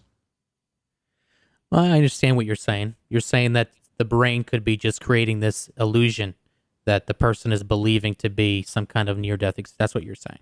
And it could create it not during the event, but after. So your brain can experience something. Hey, I can't make sense of this. It's like dreaming. You have a dream, and people put a lot of stock in dreams. People, I've had premonitions because of dreams, and, Ezekiel maybe about dreams, etc. But you don't make sense of the dream while you're dreaming. It's when you wake up, you go, if you remember your dream, you then try to construct a narrative that makes the most sense of it. And you do this without recognizing that in one state, your brain is functioning one way, and in another, it's functioning a different way. Now, at the end of the day, that doesn't mean that your dream wasn't true. It doesn't mean that you didn't die and go to heaven. It just means that you can't conclude that that is in fact the case based on the information you have. I don't know. Right? Pretty much? Yeah. All right, let's go to the next one. By the way, we're talking to Matt Dillahunty. He's a former fundamentalist Christian for over 20 years. He's hosted the Atheist Experience. And Matt, the thing is this. The thing is that I don't mind people believing different things. But atheists tend to have this highbrow, snooty attitude towards people who are not atheists. And in a lot of atheist countries, like Cuba, had atheism written into the Constitution, and then what did they do? They outlawed Christianity, because to them it must have been some kind of like, oh, this is what peasants believe, this is what stupid people believe. In Russia, I got distracted there for a second. What were you talking about? Where they outlawed Christianity? No, in Cuba, because it was written into the Cuban Constitution. Atheism was, and in Russia, Soviet Russia, the Soviet Union. What'd you say? Yeah, I was just agreeing. Soviet Russia as well. Yeah. Soviet Russia also, they pretty much outlawed Christianity. They killed a lot of Christians there. France, they had the revolution. First thing they did was kill a bunch of Christians during the French Revolution. So the point is, like, France is one of the most atheist countries on the planet right now. So isn't it a trend that we're seeing where people are adopting atheism in large numbers? They start to persecute and try to even kill people of faith. I think if you go through and you cherry pick a couple of examples, you could certainly make it appear that way. But there's nothing about atheism that tells you what you should think about, people who believe, and certainly nothing within atheism that orders you to kill people, which is markedly different from many and most religions, where Islam has death for apostasy in Surah 489. And, the Bible advocates the killing of witches, the killing of people who work on the Sabbath, and all these other things. There's no, in the Old Testament, no prescriptive instruction within atheism to dislike or hate or kill or outlaw religion at all. Atheism is simply the rejection of a claim that a God exists. What you see in Soviet Russia is something very much like religion, where the state and the state authority becomes the God, becomes the religion, and implements their thing. The Soviet Russia wasn't advocating for secular humanism, and it wasn't merely advocating for atheism. It was advocating for a particular ideology where the state becomes the controlling ideology, and all other ideologies must be purged. Well, yeah, but I feel like, put it this way, are you liberal or conservative? It depends on the issue, but primarily I'd say I'm pretty much liberal progressive now. Okay. So what they've done Pew Research studies and stuff, and they've said that most atheists, people who are non-believers, tend to be liberal. Yep. Large numbers. That's everyone understands that. And most conservatives are pretty much Christian people who have people of faith. Mostly Christians, though, evangelicals. Now, the Bible talks about how nations that forget about God usually go by the wayside. And Which is false. Why is it false? Well, there's plenty of nations right now that haven't gone by the wayside that are predominantly secular. Such as? Denmark.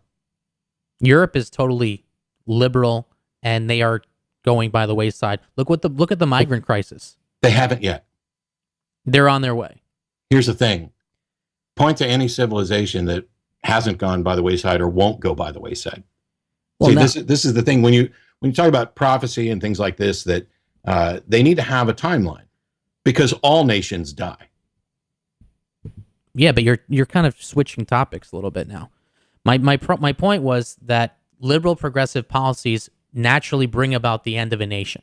Hyperinflation. Look at the debt in this country right now. Look at a lot of these countries like Weimar Germany. Look at Zimbabwe. Look at all these places where they've had liberal policies running up the debt. The country goes broke. Hyperinflation. Societal collapse. I mean, don't you don't see a connection? I don't see that that's even true, let alone a connection. Plus, there's this issue about. So first of all, you have to identify what are the problems and what caused the problems. And you would like to just lay it all at the feet of liberals, where I see the country generally more prosperous, and economic improvement comparing just in recent years, Bush to Obama.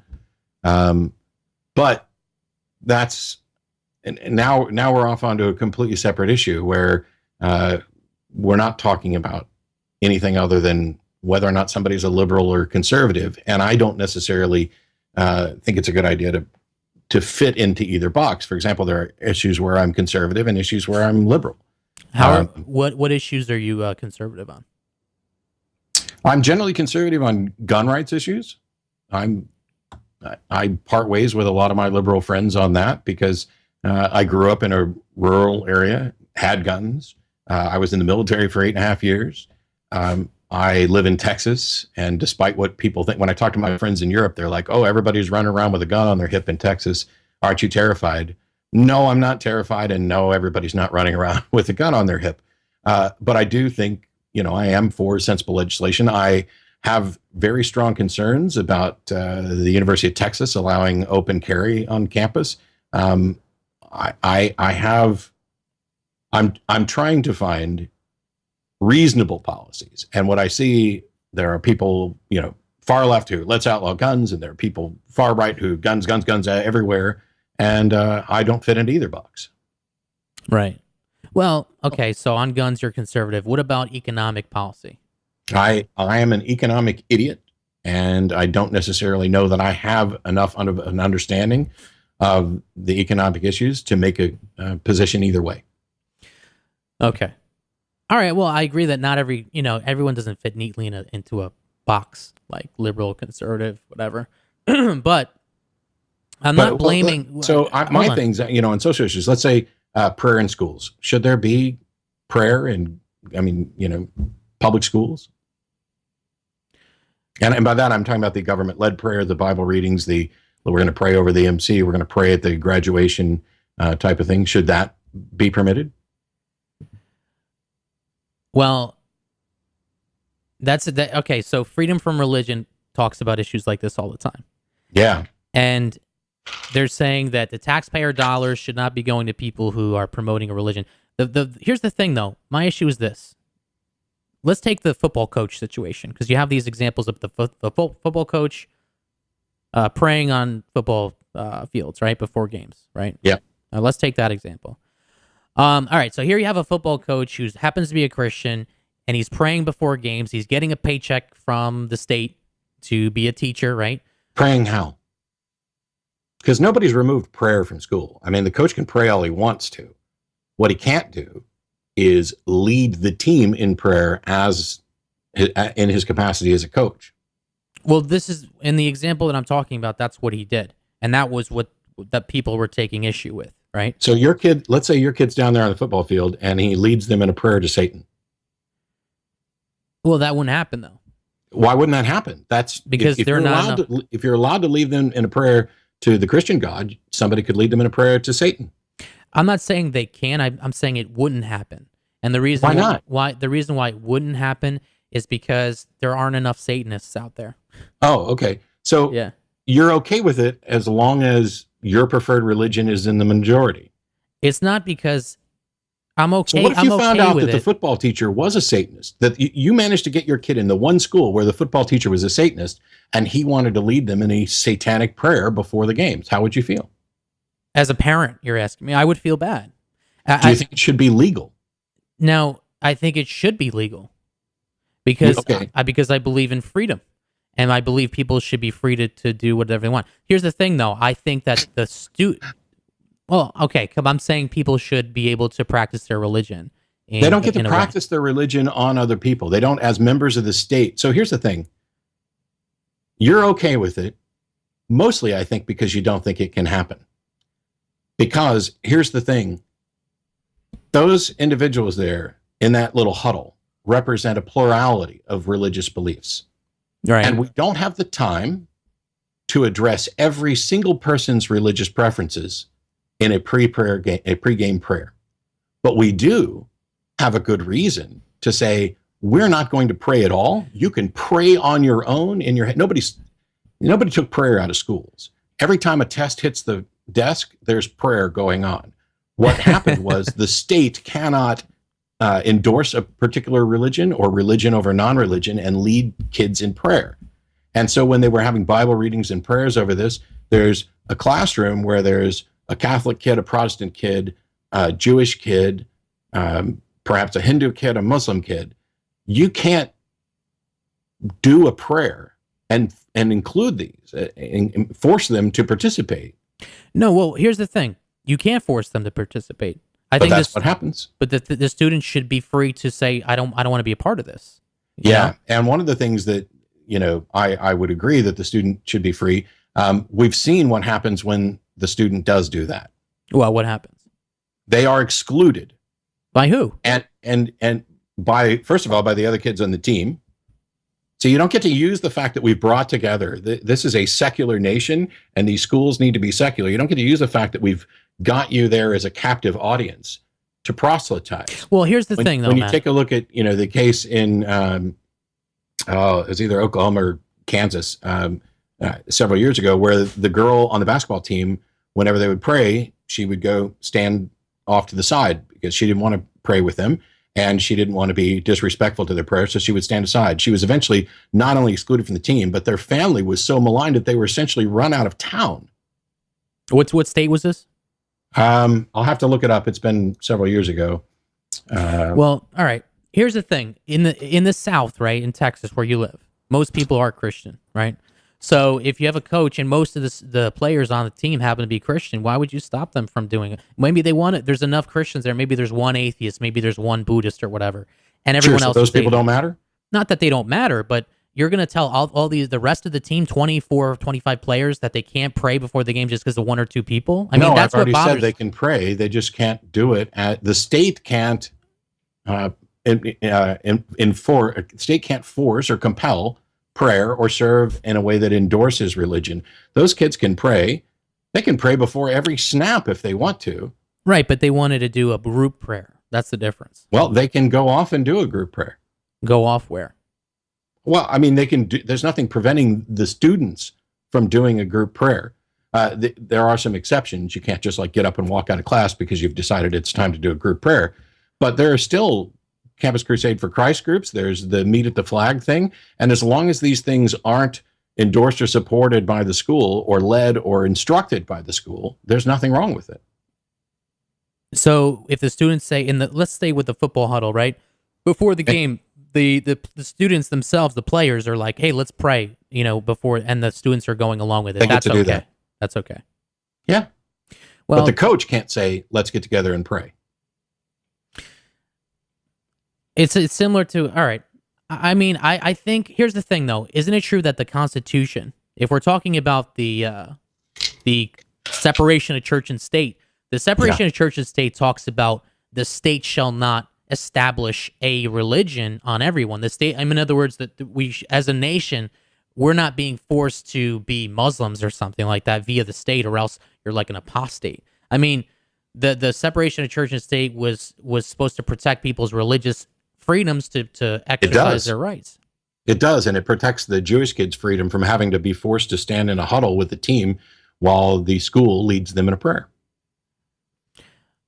Right, but that's not forcing the religion. That's just, we're praying right now. I mean, we're not forcing you to be Christian. So it's not just the Constitution. There's a whole body of First Amendment case law that recognizes that simply saying, oh, we can't create a law isn't good enough.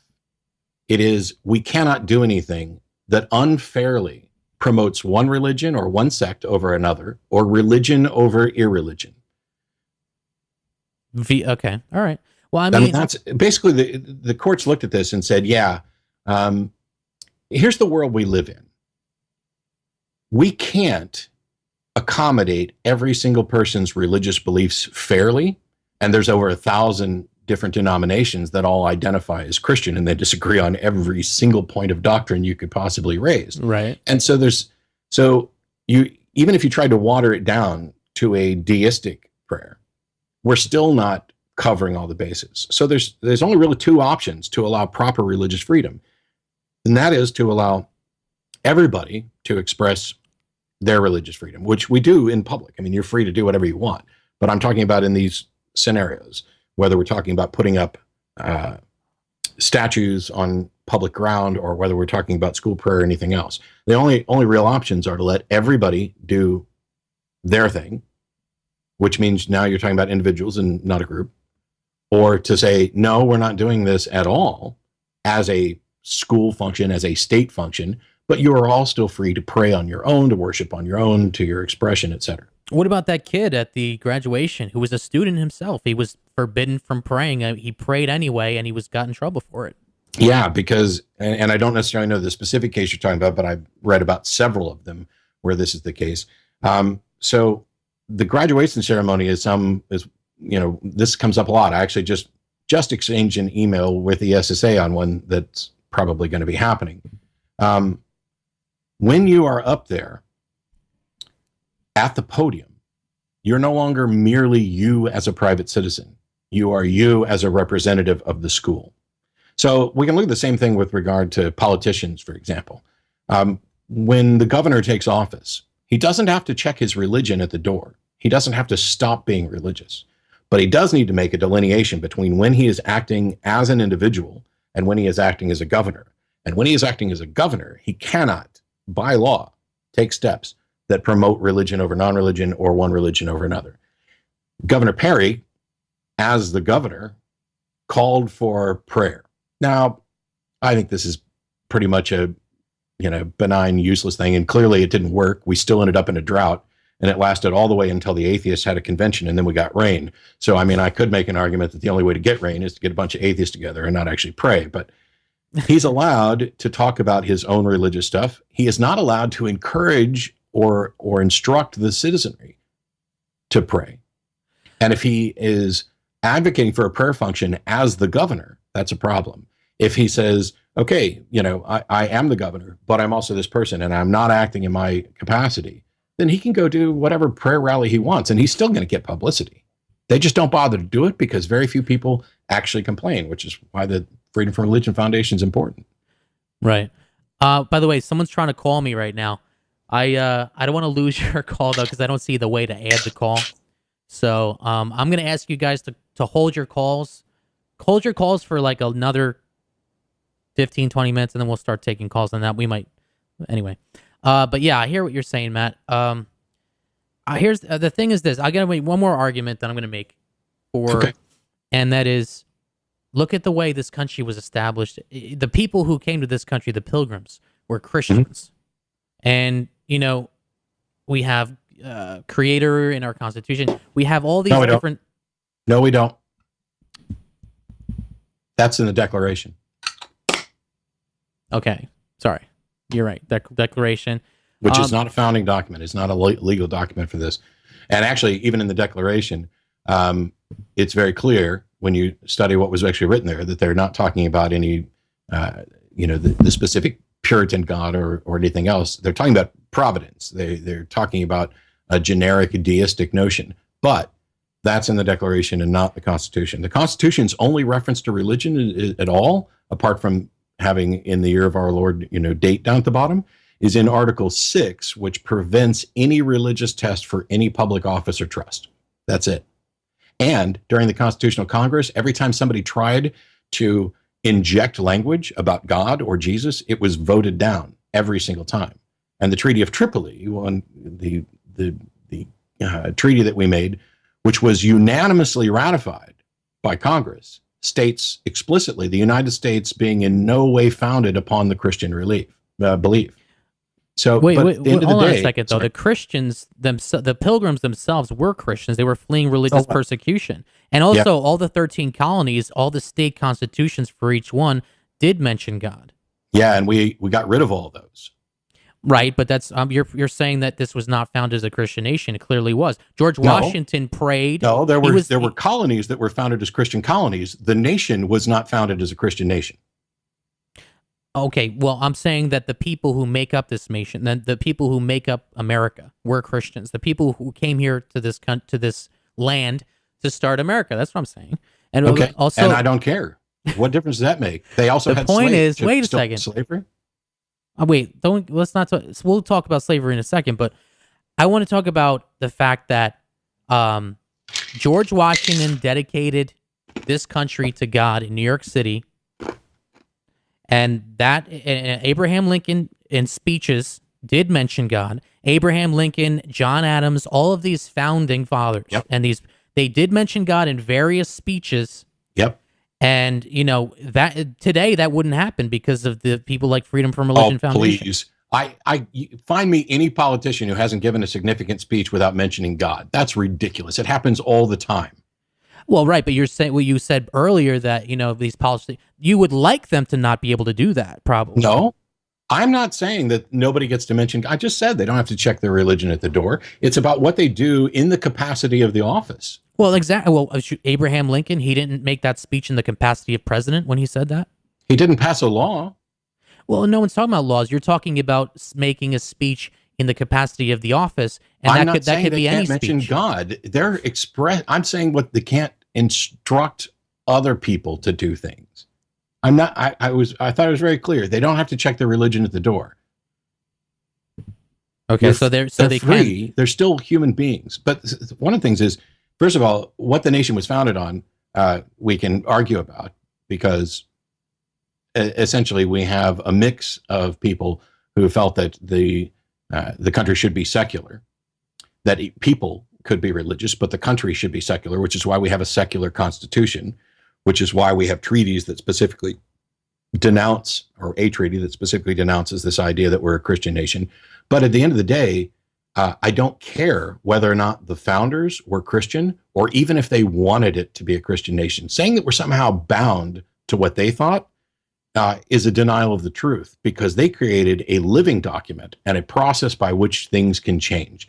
And the only thing that we're bound to, at least until we pass an amendment, are the foundational principles and freedoms that they put in there. These people could believe what they believed in God. They had slaves. They didn't allow women to vote. If we go back to this country needs to be this because that's what the original founders wanted. That is beyond stupid. Wait a second, though.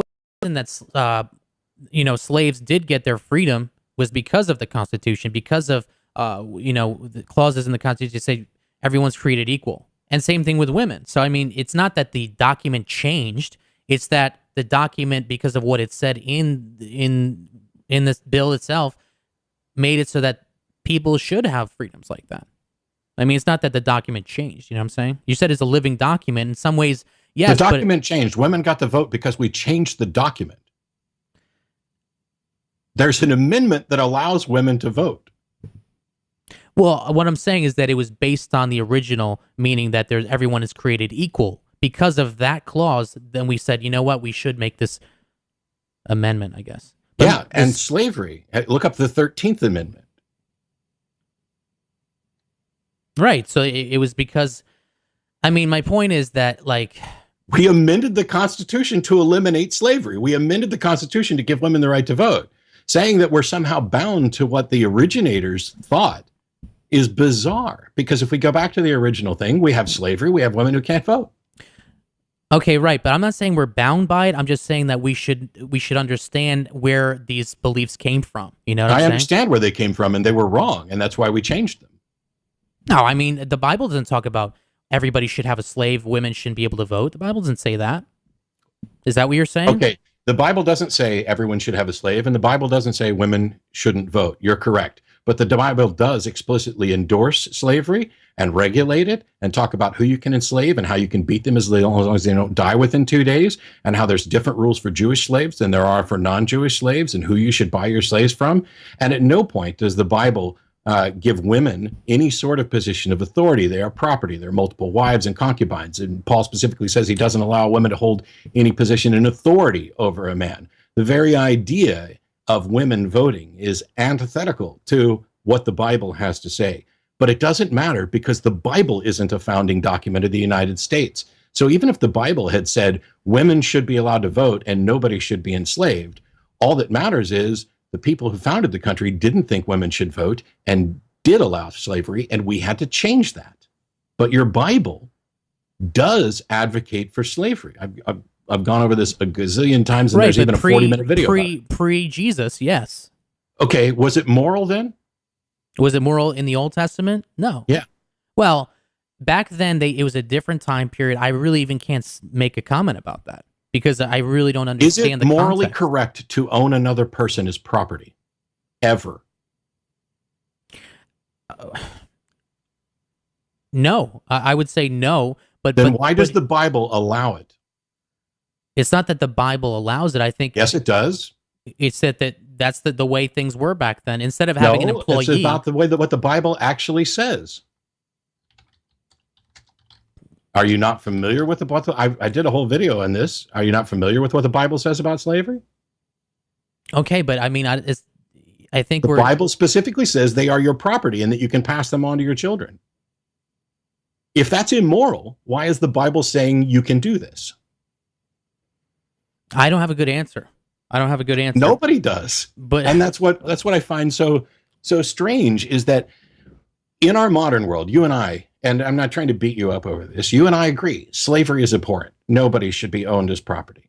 And I would say you shouldn't be allowed to beat people even if you temporarily own them, even if they survive a couple of days. I'm opposed to that. You may or may not be. But these are things that the Bible expressly permits. Hold on a second. I do have somewhat of an answer for that. Okay. Okay. So the Bible's inspired by God, but it was written by human hands.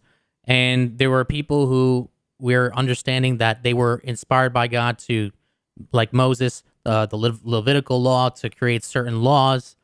And they're not necessarily like handed down from God. It could have been that they were mistaken about certain things.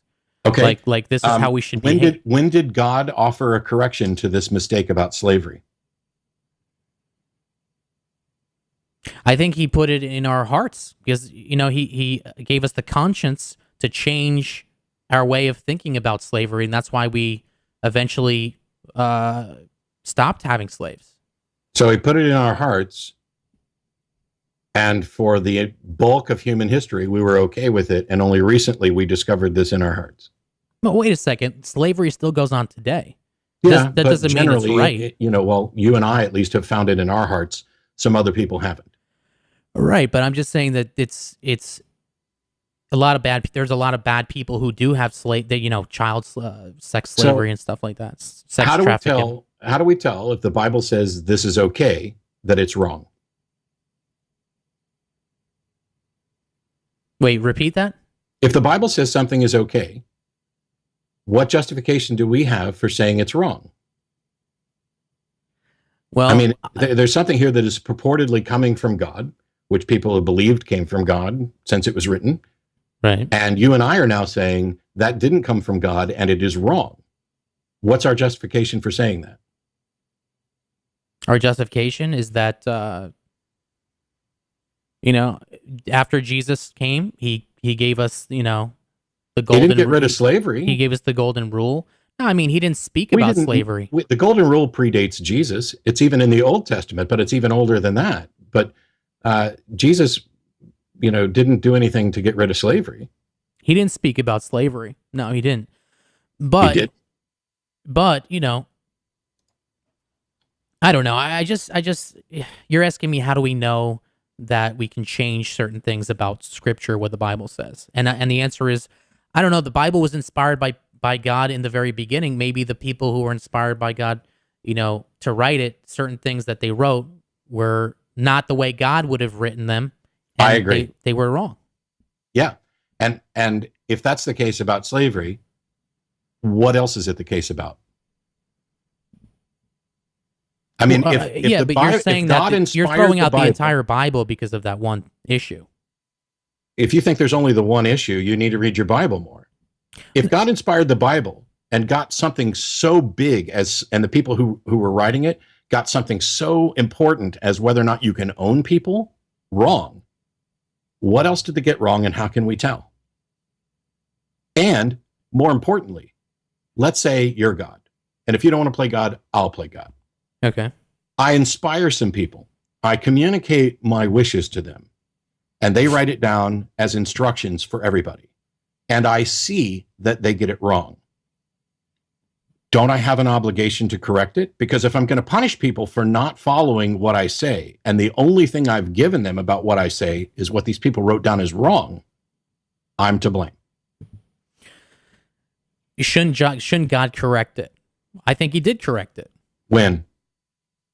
When we abolished slavery in the U.S. That's not God correcting it. That's us correcting it. God uses people.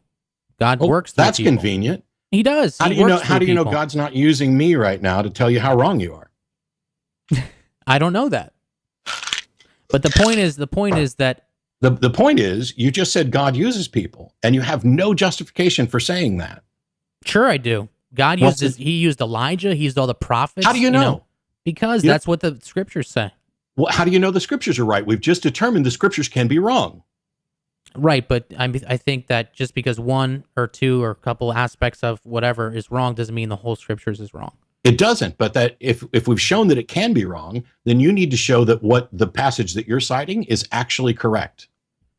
And also what I said originally, I really can't comment it because I really can't comment on what happened back then because the context of everything was completely different. Bullshit. I'm sorry. I shouldn't have said that. There's no context. You already agreed there's no context under which it's moral to own somebody. Well, I don't know. I wasn't alive back then. Well, I don't know. The answer to that, now I'm saying I don't know to you. But correct. But the point, and I'm happy with that. The point is, on that issue, but the point is that, like, back then, maybe these people who were slaves, if it weren't for their masters at the time, I'm just putting this out there. Maybe if it weren't for the masters at the time, they would be destitute with no food to eat and living on the street and end up dead somewhere. So maybe it was a different time period. Maybe that's the reason. I should go get some homeless people and enslave them as my property because that might be good for them. I'm not saying that. That is what you just said. No, because I don't know the context. Again, maybe is it different? How can you compare today, modern times, with our whole government system, our welfare system, and say that is equivalent to back in before Old Testament times? We don't know what it was like back then. Actually, we do know a little bit about what it was like back then, but I don't need to know what it was like to know that it was wrong. You even agreed with me that it was wrong, and you even agreed that there was no context, and now you want to try and invent context, and the context you used is maybe these people were better off. Who is better off being beaten and treated as property and passed on to somebody's offspring?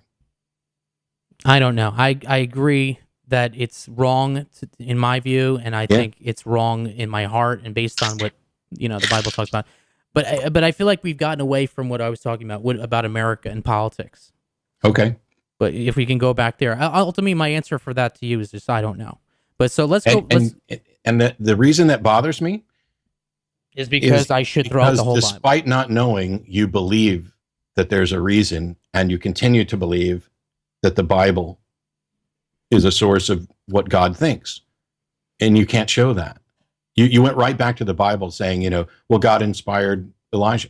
How do you know? Well, because the Bible says so. Well, so what? You have to first demonstrate that what the Bible says is reliable about what you're actually talking about before you can cite it. The Bible is, I cited a few things before. What about I don't want to get into, I wanted to stick on politics though for a second. Okay. And I'm pretty much, apart from, voting and occasionally talking about church separation, I'm pretty apolitical, but. Who do you like right now, Bernie or Hillary? I voted for Bernie in the primary here on Tuesday, but I suspect that I'll probably vote for Hillary. I think she'll get the nomination for the Democratic Party, and I don't see anybody in the Republican Party that I would vote for. And while there may be people, Greens, Libertarians, even socialists, who I may agree with more on one or two issues, none of them have any chance of being elected. So if I go to like the little political quiz of who do I side with thing, and you answer all the questions. Yeah. I'm like, I think the last time I took one, it was like 94% Bernie, 92% Hillary. And then the nearest Republican was down around 25% with Ted Cruz at 4%, I think. Okay. So Ted Cruz, he's like popular in Texas right now. I can't believe he won that primary. To me, he's, I don't know. Like, let me ask you this. First of all, a lot of atheists will say, oh, Christians are theocrats. They want to impose their religion on everybody. If they say that, they're wrong, by the way. So you disagree with that? Oh, there are theocrats and dominionists, but if they say that all Christians are that way, they are stupidly wrong. Just like they're stupidly wrong when they talk about how pastors are getting rich. They don't know how many pastors there are who work 2 jobs and try to run 2 churches and aren't making much money. They look at Joel Osteen and want to say that religion's a way to get rich. Well, for Joel Osteen, it is. And if I converted tomorrow, I'm pretty sure that if I got rid of all of my ethics, I could get rich tomorrow as well. But to pretend that all Christians are stupid, all Christians want theocracy, all Christians are anything is wrong.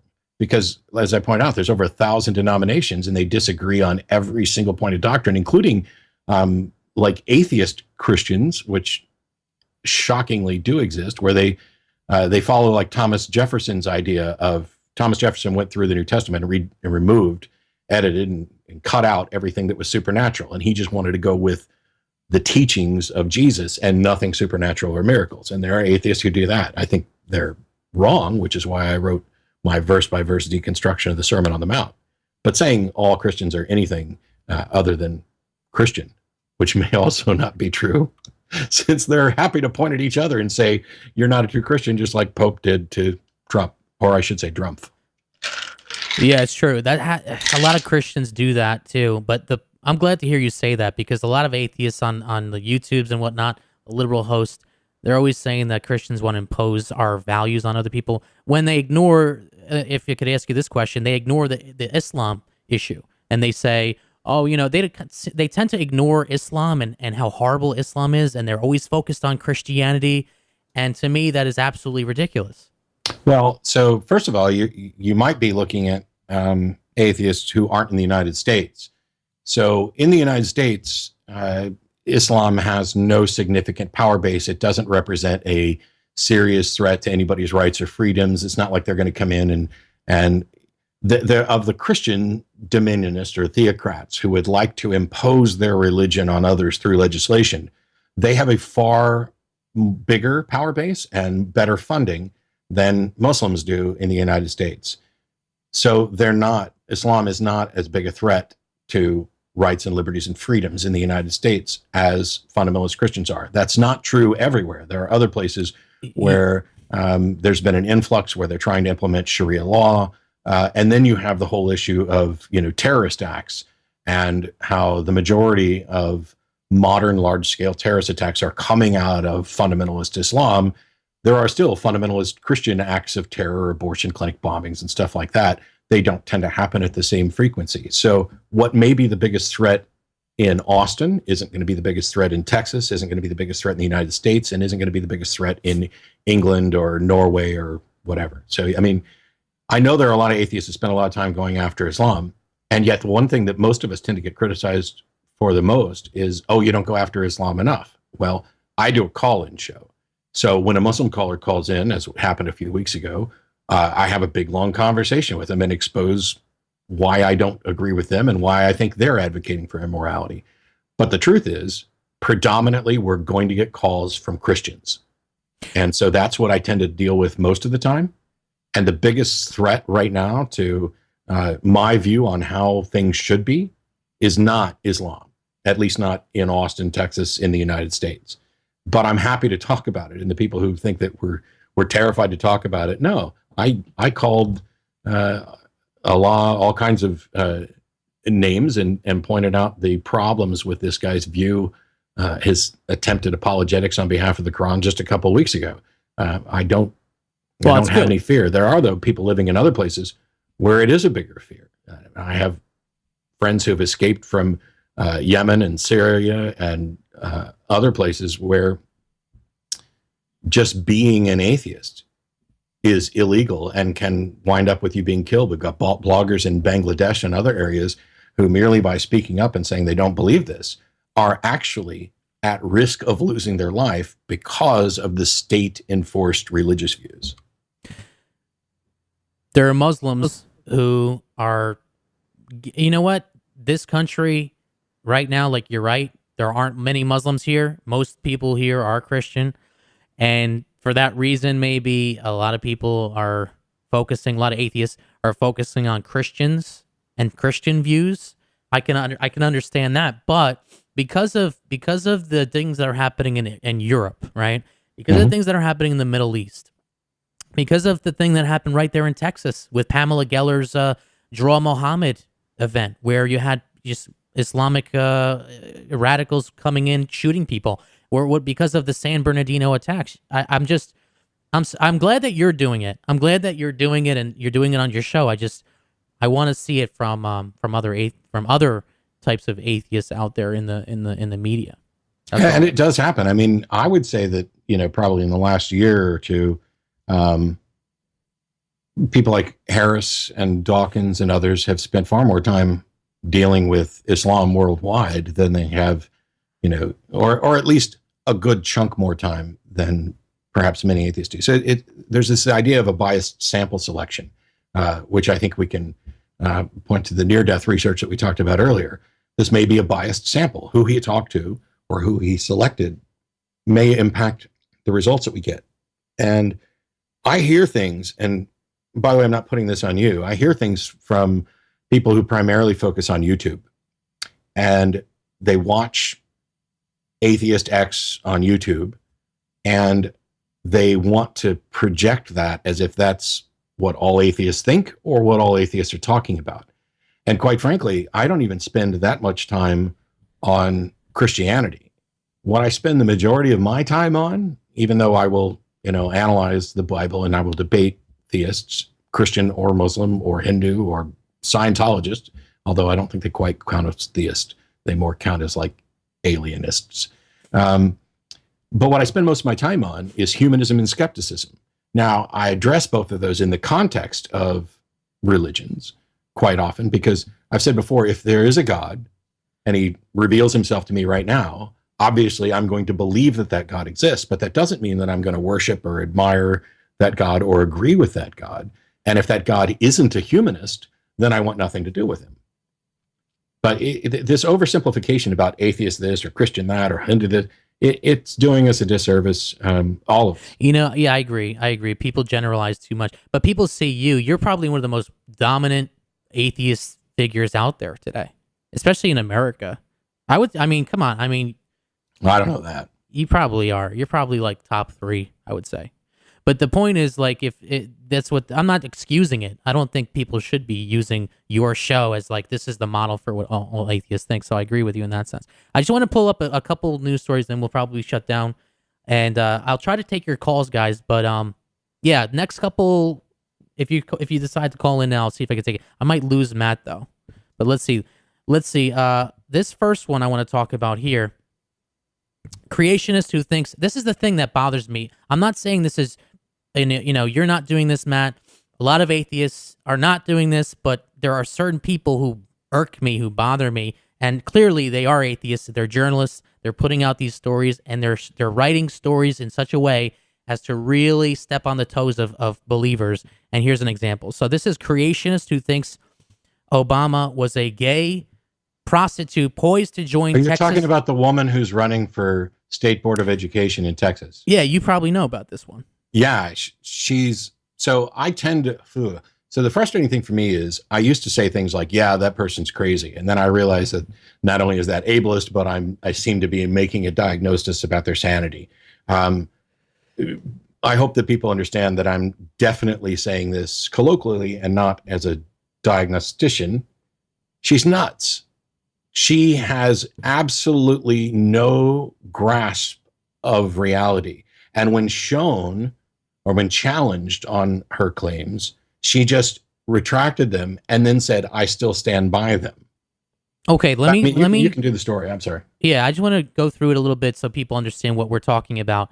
This is rawstory.com. Again, the headline, creationist who thinks Obama was a gay prostitute poised to join Texas Board of Education. This is the way he's writing it. Listen to the tone for a second. A woman who believes in the New World Order conspiracy theory and that President Obama worked as a gay prostitute could soon win a seat on the Texas State Board of Education, the Houston Chronicle reports. So it's the first paragraph, right? So it's almost like, do you believe this? Do you believe this crazy woman? You know what I mean?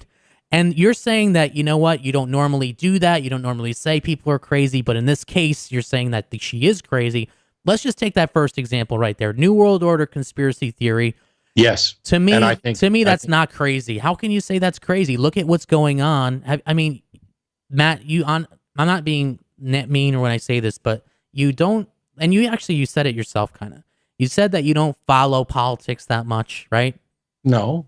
So to me, for you to say something like, oh, she's crazy based on that one fact, because she's a New World Order conspiracy theorist, to me, you have to follow politics a little bit more than that to be able to come to that conclusion. So I didn't say I didn't follow politics much. I have. So first of all, she's a young Earth creationist. We know the Earth is not 6,000 to 10,000 years old. And so from that, we know that she doesn't know enough about the science on that.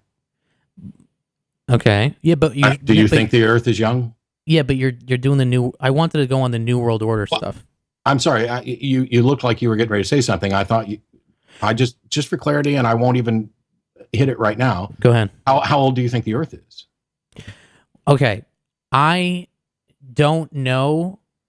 Is it closer to 10,000 years than it is to 4.5 billion years? Well, the carbon dating and all that says it's billions. Carbon dating is only good up to 50,000 years. You're talking about radiometric dating, right, which is many dating. So is it closer to 10,000 years than it is to 4.5 billion years? Closer to 10,000? Well, again, I don't know. It happens to be that one of those I don't know things. I don't know. Okay. I don't know. Well, I do, and it's closer to 4.5 billion years. So when I hear somebody talk about being a young Earth creationist, we already know that they are either not familiar with or they're rejecting the science. As far as being a New World Order conspiracy theorist, it is a conspiracy theory. Whether or not it turns out to be correct is secondary to whether or not you have a good reason to believe that it's correct. And if she, like, for example, in Travis County, the person who was elected to run the Travis County Republican Party thing just the other night, thinks the JFK thing is a conspiracy and spent most of the time trying to sell his books and talking about how the Bushes needed to be in prison. There's a reason that people look at conspiracy theorists as if they're nuts. And it's because they demonstrate that they don't care about reason and evidence, that they don't understand reason and evidence, and that they are either anti-science or ignorant of the science. Now, there is an opportunity to educate people about this stuff, but there's nothing wrong with saying the facts, that she's a young Earth creationist, a New World Order conspiracy theorist, and that she has these other beliefs as well. I think it's talking down to the public, and it's which I don't have a problem with. It's just annoying. I'm not saying he shouldn't. I'm not saying he can't do it. I mean, we have a freedom to say whatever you want. I'm just saying it's annoying. It rubs me the wrong way. Here, but you're the guy who doesn't care about reason, so I understand why it rubs you the wrong way. Well, okay, wait a second. The New World Order stuff, right? Okay, you admit it yourself that you don't know. You don't really haven't followed it too much. But, no, I haven't admitted that. You keep putting words in my mouth. Yeah, but you said... When did I say in this entire conversation that I didn't follow the New World Order stuff? Well, you didn't say that, but you said something That's about... right. You didn't say something about politics, you said. I said that I am generally not too political. Right, that's what you said. I don't have that as my focus. That's what you said. What the hell does that have to do with whether or not I'm familiar enough with New World Order conspiracy theorists? Okay, well, are you then? Well, yeah. You are? Okay. I am familiar enough. I mean, so first of all, you're making a big assumption here. Right. The guy that called in earlier that asked, hey, if we broke down everything and had one world government, if he'd have stopped right there, my answer would have been, so what? I'm not opposed to a one world government. You're not? No. Why would I be? Are you kidding? You would want that much centralization of power in one place? So... Matt, how you assume that a one-world was government necessarily fits some particular model. I want everyone to be rational, and I would prefer that everybody believe the same thing where facts are concerned, because I'm happy for there to be a plurality of views where opinions are concerned, and when we're talking about, art and interest and stuff, but a fact is a fact, and I would prefer to live in a world where people operate rationally. I have no problem with the idea of one government control, in authority over the planet. That's crazy, though. That's nuts. Go ahead. Sorry. Why is it nuts? Because what if it's a wonderful government? You're assuming that it must necessarily be a bad government. That's what happens. I'm not objecting to the idea that there might be one government for the planet, just like I don't object to that there be one government for the United States or one government for this area. It's possible that this could be a good government. And you're presuming that it must necessarily be a bad thing in order to write it off. Haven't you ever heard the expression, Matt? Haven't you heard of, what is it? Hold on. Have you heard the expression of absolute power corrupts absolutely? Yeah, but who says a one world government has absolute power? And who says that expression is true? Doesn't God have absolute power? Well, now you're changing this subject. No. Does God have absolute power? Yeah, he does. Then God has been absolutely corrupted, correct? Okay, now you're using... Then let's just be reasonable and not go to expressions. Yeah, but you're using... Pretend like something is necessarily bad. Yeah, but you know what I don't like, Matt? I don't like when you use lawyer-type tactics. You don't like when I make good arguments. No, you're like a lawyer. You use these like little technicalities to try to prove me wrong. Technicality. If your argument is absolute power corrupts absolutely, pointing out that you believe God has absolute power and isn't absolutely corrupted, it's called a reductio ad absurdum. It is an argument designed to show that your premise is flawed. You don't like logic and reason. You want to say that it's a lawyering tactic. It is. But I'm here making good arguments and exposing bad arguments, and that's what you don't like. Matt, let's take this one. This is a good example. I like this one. You said that when I said absolute power corrupts absolutely, it's not true based on the fact that God has absolute power and therefore it doesn't apply to him. Wait a second. Hold on. Let me. Yeah, you did. You said that. Doesn't God have absolute power? That's what you said. And I said yes. So then this is the fundamental problem. You're not getting what I'm saying, and when you paraphrase it, you get it wrong. Okay, go ahead. Clarify. I didn't say that the statement was false because God has absolute power. I don't even believe in a God. I said that you cannot rationally believe that that statement is true because you also believe something that contradicts it. I may be convinced that absolute power corrupts absolutely. I may not be. Well, are you? This is the precision of language that you want to write off as lawyering, but I write off as clarity so that we don't muddy what we're actually talking about. Well, is it possible for that absolute power does not, in fact, corrupt absolutely? I think that's possible. I don't think that absolute power necessarily corrupts, but I also don't think that a one world government necessarily equates to absolute power. In the United States, we have one government, one national government that is made up of representatives, and we have a foundational document that we have to abide by. There are checks and balances in place. The government doesn't have absolute power in the United States. And I think that there are improvements to be made on the type of government we could have. And that if we came up with a model that was improved and used that to govern the entire world, that there's no way to say that this is necessarily absolute power or that it's bad. I would think you said that there's a possibility it could be a good government. That's what you said, correct? Yes. Okay, good. I got that one right. All right.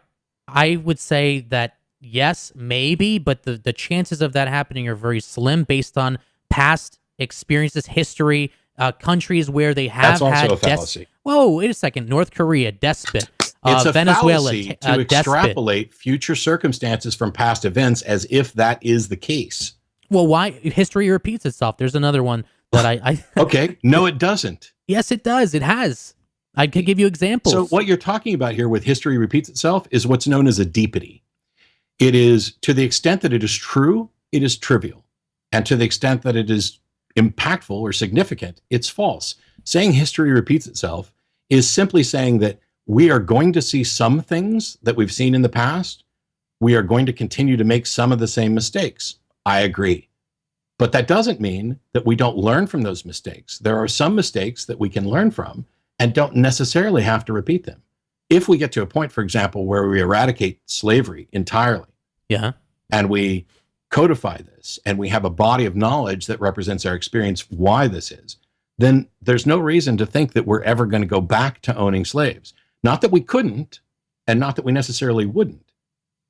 But this idea that, this overly simplified idea that history repeats itself, denies the fact that we learn and grow and improve, which is what the evidence actually shows, that we are living in better times and have a better understanding of the universe and each other than ever before. Not really. We're in America. Here's an example, okay? Here's why I say that. In America, we are repeating the history in the sense that America is becoming more despotic. The government is centralizing more power. Now, the Constitution was written so that the different states would have more autonomy, and that the government, the federal government, wouldn't kind of like force their hand onto the states, to the rights of the states, states' rights and all that stuff. Now, America is kind of like repeating the history of like Venezuela and all these countries where they eventually did have dictators and stuff. So that's why I say that. That's all. It's not that I'm saying. I feel like you're missing the spirit. You're missing the spirit of what I'm saying, and you're kind of like taking. No, I'm not missing the spirit. The spirit is you find something objectionable, and so you see that as history repeating a mistake, and I don't see it as objectionable. If one state wants to deny basic civil rights that are guaranteed by the Constitution, I don't think that state should be allowed to do that and remain part of the union. Right, but at the same time, you said you wouldn't mind a one world government, so it makes you Yeah, that's because I don't buy into this idea that different states need different rights when we're talking about foundational rights. Can you hang out with us a little bit longer, Matt? I might have maybe 30 minutes before my wife gets home. So okay, good. Yeah, we'll be done by then. We're talking to Matt Dillahunty. He's a former fundamentalist Christian for over 20 years. He's the host of the Atheist Experience, atheist-experience.com. All right, now getting back to the original article, I think we got off there. I wanted to so New World Order stuff, to me, there is evidence. Let's just put it this way. There's a lot of evidence to show that there are certain things happening in this world that would indicate that there is some kind of agenda. And the popularity of like the Alex Jones show, InfoWars, is pretty much evidence of that. Yeah, Alex Jones is nuts. He lives nuts. He lives in your town. I know. And he's called the show, although he gave a fake name. Have you gone in his show or at all? No, we've never met. I'm actually doing an interview tomorrow for a documentary about Alex. Are you really? What's the name of it? I can't talk about it yet. Oh, it's not ready yet? Okay. Other than that, I'm doing it. That's fine. All right, here, let me read a little bit more. Mary Lou Bruner fell just 2 points short of gaining the 50% needed to avoid a runoff, et cetera, et cetera, et cetera. According to Chronicle, Bruner has deleted most of it. Oh, wait, hold on a second. Okay, yeah, it says here she believes in that climate change is a hoax. So there's a lot of people that believe climate change is a hoax, Matt. I mean, and they're wrong. They're not wrong. Yes, they are wrong. Even if climate change weren't happening, the claim that it's a hoax is demonstrably wrong. Okay, how about put it this way? Climate change is not affecting the planet to the point where we have to institute carbon tax scheme. How about that? I don't know about whether or not we need to implement carbon tax scheme, but if their position that the climate isn't changing and that the evidence doesn't support the notion that the climate's changing, they're wrong. Factually, fundamentally, obviously, demonstrably wrong. 97 point some odd % of climate scientists are in agreement on this. Okay, first of all, let's take some of those examples. Did you know that CO2 makes up 3% of the atmosphere right now? I mean, would you agree that CO2 makes up, it's roughly 3%, that's the number. I'll take your word for it. I don't remember the exact number off the top of my head. So how would we regulate 3% of the atmosphere? Isn't it impossible to do something like that? Would you agree with that? We're not regulating 3% of the atmosphere. No, I'm just saying that's what they would want. That's what they want to do. That's what they want to institute. Who wants to institute what? Oh, come on, Matt. I'm talking about the carbon tax scheme, the whole cap and trade. Remember the cap and trade deal? President Obama is trying to push this through Congress. So far, they've had these international bodies. They want to institute international emission standards. You've been following this, right? Well, I'm curious because what you said was about regulating 3% of the atmosphere, which to me is a sentence that doesn't make any sense. That there's no, hey, we're going to regulate 3% of the atmosphere. There's something about the phrasing of what you're saying. I'm just doesn't match. Exactly, it doesn't match, so it's impossible to do that. and also, oh my gosh, I'm objecting to what you're saying, and then you agree with me and keep going with what your review is. I'm saying your statement, they want to regulate 3% of the climate change, or 3% of the atmosphere, makes no sense. Please tell me what it is that you're objecting to, because that statement makes no sense. I'm objecting to the idea that it's possible to regulate 3% of the atmosphere. If it's true... Who is trying to regulate 3% of the atmosphere? Because I think what you'll find is that they're trying to implement regulations based on this fact about 3%. Not that they've picked 3% of the atmosphere and this is what we're going to regulate. Right, yeah, the first thing you said. That's what I meant. Yes, which is why your statement didn't make any sense. They're not trying to regulate 3%. They're trying to regulate what sort of things we put into our atmosphere based on a calculation of carbon dioxide in the atmosphere. Yeah, and you would agree that that's impossible. No, it's not impossible to regulate what we put into the atmosphere. Hold on, let me... Why? How is it impossible? We've had emissions regulations for years. Is that impossible? Okay, what I was trying to get at is that if CO2 is the culprit, which is what they're saying, and CO2 only makes up 3% of the atmosphere, obviously it can't be the culprit. That's what I was saying. Okay, we need to move on to something else because... My point is that there's people who believe that climate change, the way that they're describing if 3% of your body has cancer, then cancer can't be the cause of you dying, right? Right. That's stupid. That's wrong. That's wrong? Because you're saying that 3% is enough to cause somebody to die from cancer. But look, you're Oh my God. There's evidence that climate change science is not out on it. There's been people have said that, first of all, methane gas is more responsible than CO2 for climate change. Did you know that greenhouse gases, like, for example, is water, climate change real or not? the climate is changing, but that doesn't mean we need to regulate it in terms of like a carbon tax scheme. Okay, what should we do about it? I don't know that we can do anything about it. Okay, so we should just give up. It's not at all a good idea, with the knowledge that the climate is changing, to take some steps to minimize our contribution to it. Even if we're not entirely responsible, we are at least partially responsible, right? I don't even know that if that's the case either, because we don't add carbon dioxide to the atmosphere. The reason I say the reason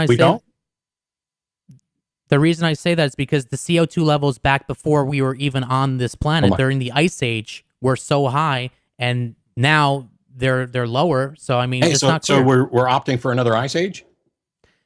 That's a good idea. So the thing is, you agree that the climate is changing, right? Yes.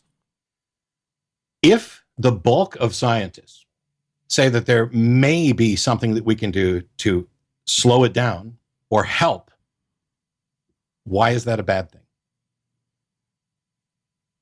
I just think that it's not possible to regulate it, and I think it would be bad for, like, we've regulated it for years. How is it impossible to say we're going to change the emission standards? That's not impossible, right? No, I guess they have done that with the cars. You're right about that. Yeah. So if climate change is real, and let's set aside whether or not we are solely responsible or mostly responsible, maybe it's the cows, but let's say we don't have any idea what is contributing to it entirely, or what the major contributor is. What's the problem with taking the best steps we can find to try to reduce the problem? I don't see a problem with looking for, like you said, a way to reduce the problem, but I don't agree that it is a problem necessarily. You don't think climate change is a problem? I said it's happening, yes, but I don't know if it's a problem. How do we know if it's a problem? You know, I just don't. When should we? But anyway, the point is, what would it take to convince you it's a problem?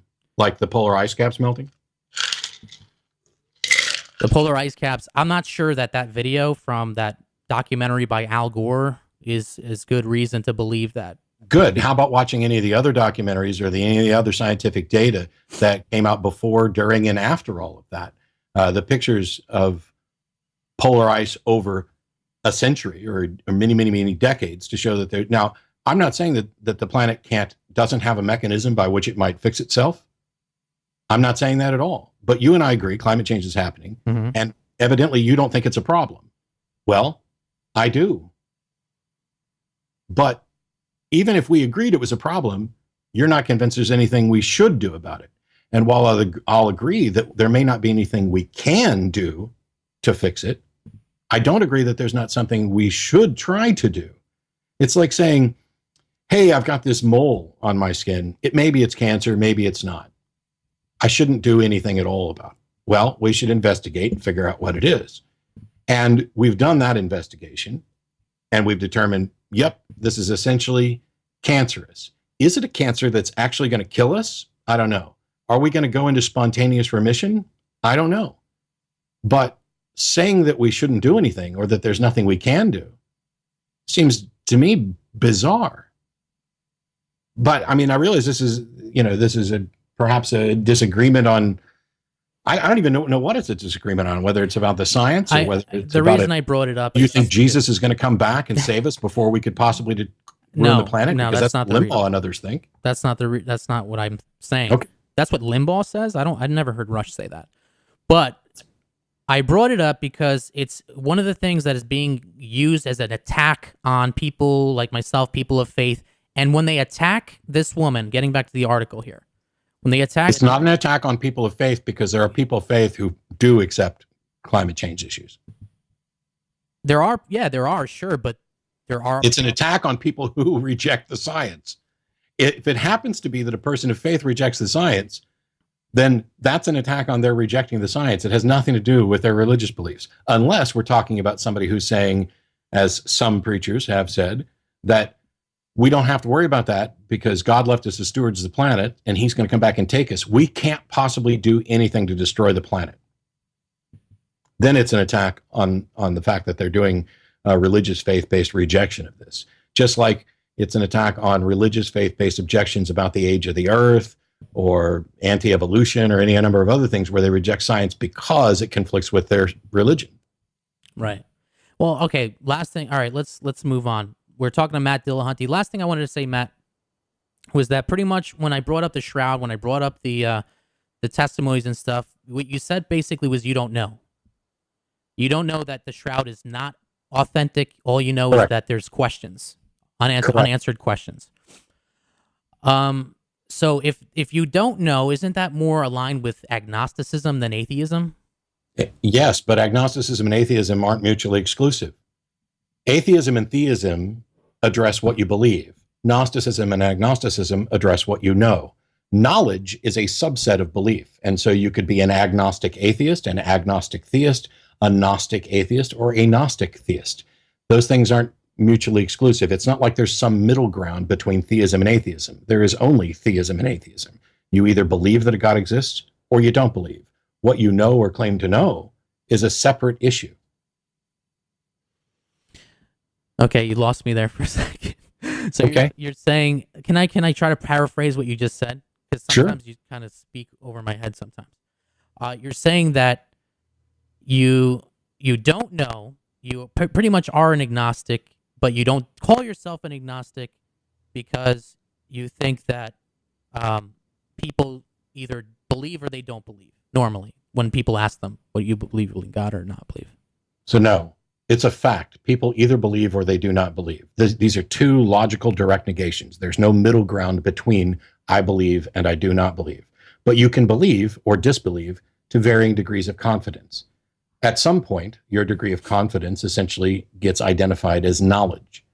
So I don't know that there is no God. I don't believe that there's a God, and I'm pretty strongly convinced that that's not the case. But I don't necessarily refer to it as knowledge because we have to first define God, the God that we're talking about. There are some gods I know don't exist. If the definition of this God is such that it is self-contradictory, like a married bachelor or a square circle, then we know those things don't exist. But that's still not even an expression of absolute certainty, which is a whole nother topic. I don't identify as an agnostic. Well, sometimes I do. I'll say I'm an agnostic atheist. Yeah. And on other occasions, I'll say I'm a Gnostic atheist because it depends on what definition of knowledge somebody's using. But at the end of the day, I don't care about what you know. I care about what you believe because you act in accordance with your beliefs, whether or not they count as knowledge. Knowledge is often defined as justified true belief. That is, there is a belief and it may count as knowledge or you may not count it as knowledge. But when people say they count a belief as knowledge, they're really expressing a confidence level. And I'm not interested, or I'm not overly interested in how confident you are in your belief. I care about whether or not your belief is rationally justified, whether or not it is likely to be true. Okay, I understand what you're saying. So, and one more thing. Do you see Christians, people who have faith, as being, you would prefer them to reconsider their views? Do you consider them to be dangerous for society? You said that everything comes from your faith. You have certain political views as a result of your belief. Everything or non-belief doesn't come from my faith because I don't have faith. In other words, your non-faith informs your political views, right? No. The fact that I don't believe in God or that I don't have faith, that's my views are derived from what I do accept, like fundamentally humanism and skepticism. Whoops, sorry, I bumped my own mic. So you asked, what my thoughts were about Christians, and you phrased it in a way. I don't know. Can you ask it again? That way, yeah. I get it Let me ask it again. Earlier, you said something like Christian. I don't want to paraphrase what you said, but I guess I'll just ask my question. My question is: do you think Christians are dangerous to society? Some of them, yes. Some of them, less so. I think we're all potentially dangerous to society. My objection is not to Christianity. certainly not to Christians themselves. I do have objections to many different versions of Christianity. The Bible-based beliefs and what many people offer. But why? But why though? Why do you think? Because they're wrong and they're immoral and inhuman. Wait a second. What do you mean wrong, immoral, and inhuman? Slavery is immoral and inhuman. But no, I'm talking about Christians who are in America today who consider themselves Christians. You say that some of them are dangerous because, yes, but not because they have slaves, or what do you mean? How are they dangerous? Because the some of them that are dangerous is that they have a flawed understanding of reality and are attempting to legislate that flawed understanding onto other people. You're talking about the dominionists. You're talking about dominionists and stuff. I'm talking about dominionists, but also I know Christians who aren't actually dominionists. They don't necessarily think that the government of the United States should be an expressly Christian government, but they still vote in accordance with foundational beliefs that I reject, and I see that as dangerous. For example, give me an example. I have family and friends who are pretty much single issue voters. They're only going to vote for the candidate that is opposed to abortion. If everybody thought like that, I would find that to be very, very dangerous. Okay, but there's atheists and people who don't believe in God who are single issue voters too. And they're dangerous as well. It's not just being a single issue voter. There's atheists who are dangerous. There are Christians who are dangerous. There are Muslims who are dangerous. This is back to the overgeneralization. The issue here is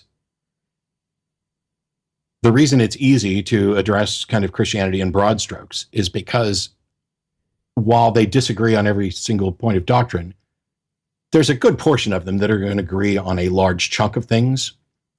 Just like you're more likely to find atheists who are liberal, progressive, not all of them.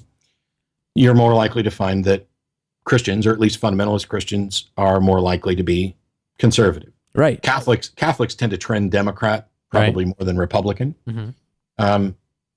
But what I care about is, do you have a good reason for your belief? Because if you don't, then that means your thinking is flawed, and this affects how you evaluate other claims. If you don't value reason, if you don't value or understand the science, if you don't understand the processes of peer review, if you're prone to conspiracy theorist thinking, this is going to affect your ability to accurately analyze the world that you live in. And that's going to affect the decisions you make. And the decisions you make affect other people. Yeah, but you say conservatives. You're saying conservative views are... You're kind of speaking negatively about conservatism, conservative views, right?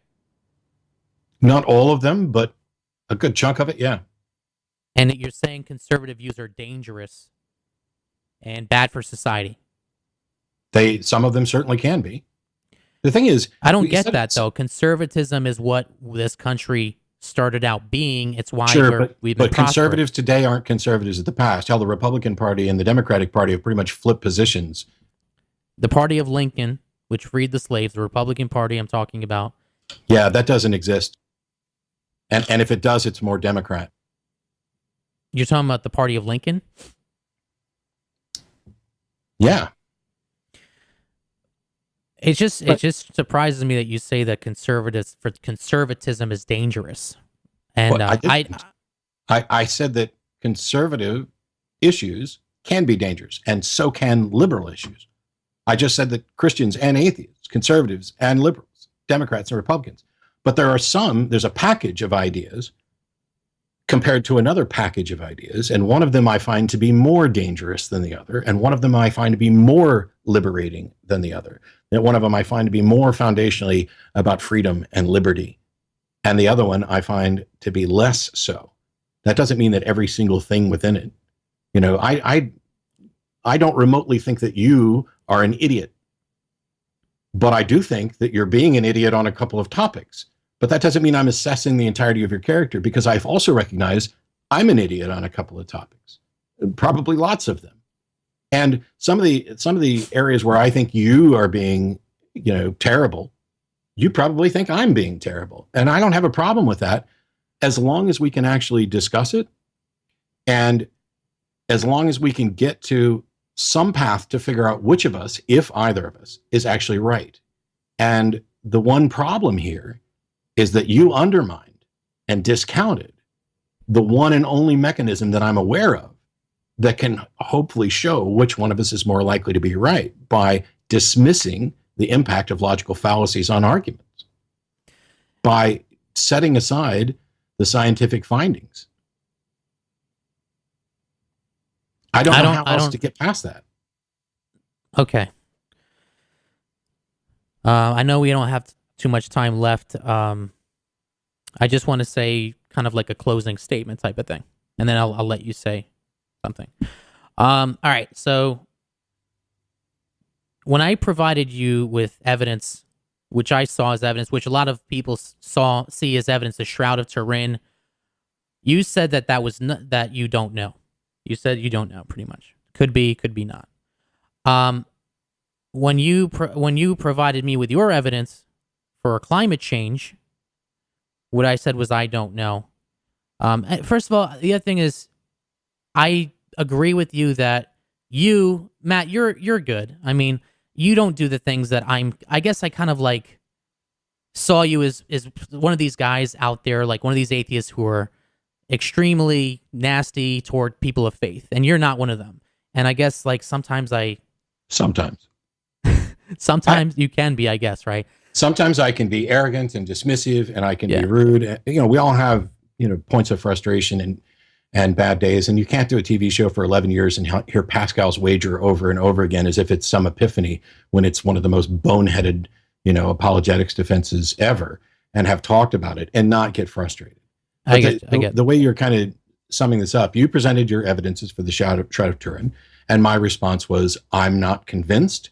I don't see that this, pointing to a handful of people who've investigated it, I don't think the investigation's been done properly. I don't think we have a scientific consensus. I think that the shroud has been pretty much hidden away, which prevents the proper sort of investigation. And so I don't see any justification for you to reach the conclusion that you've reached.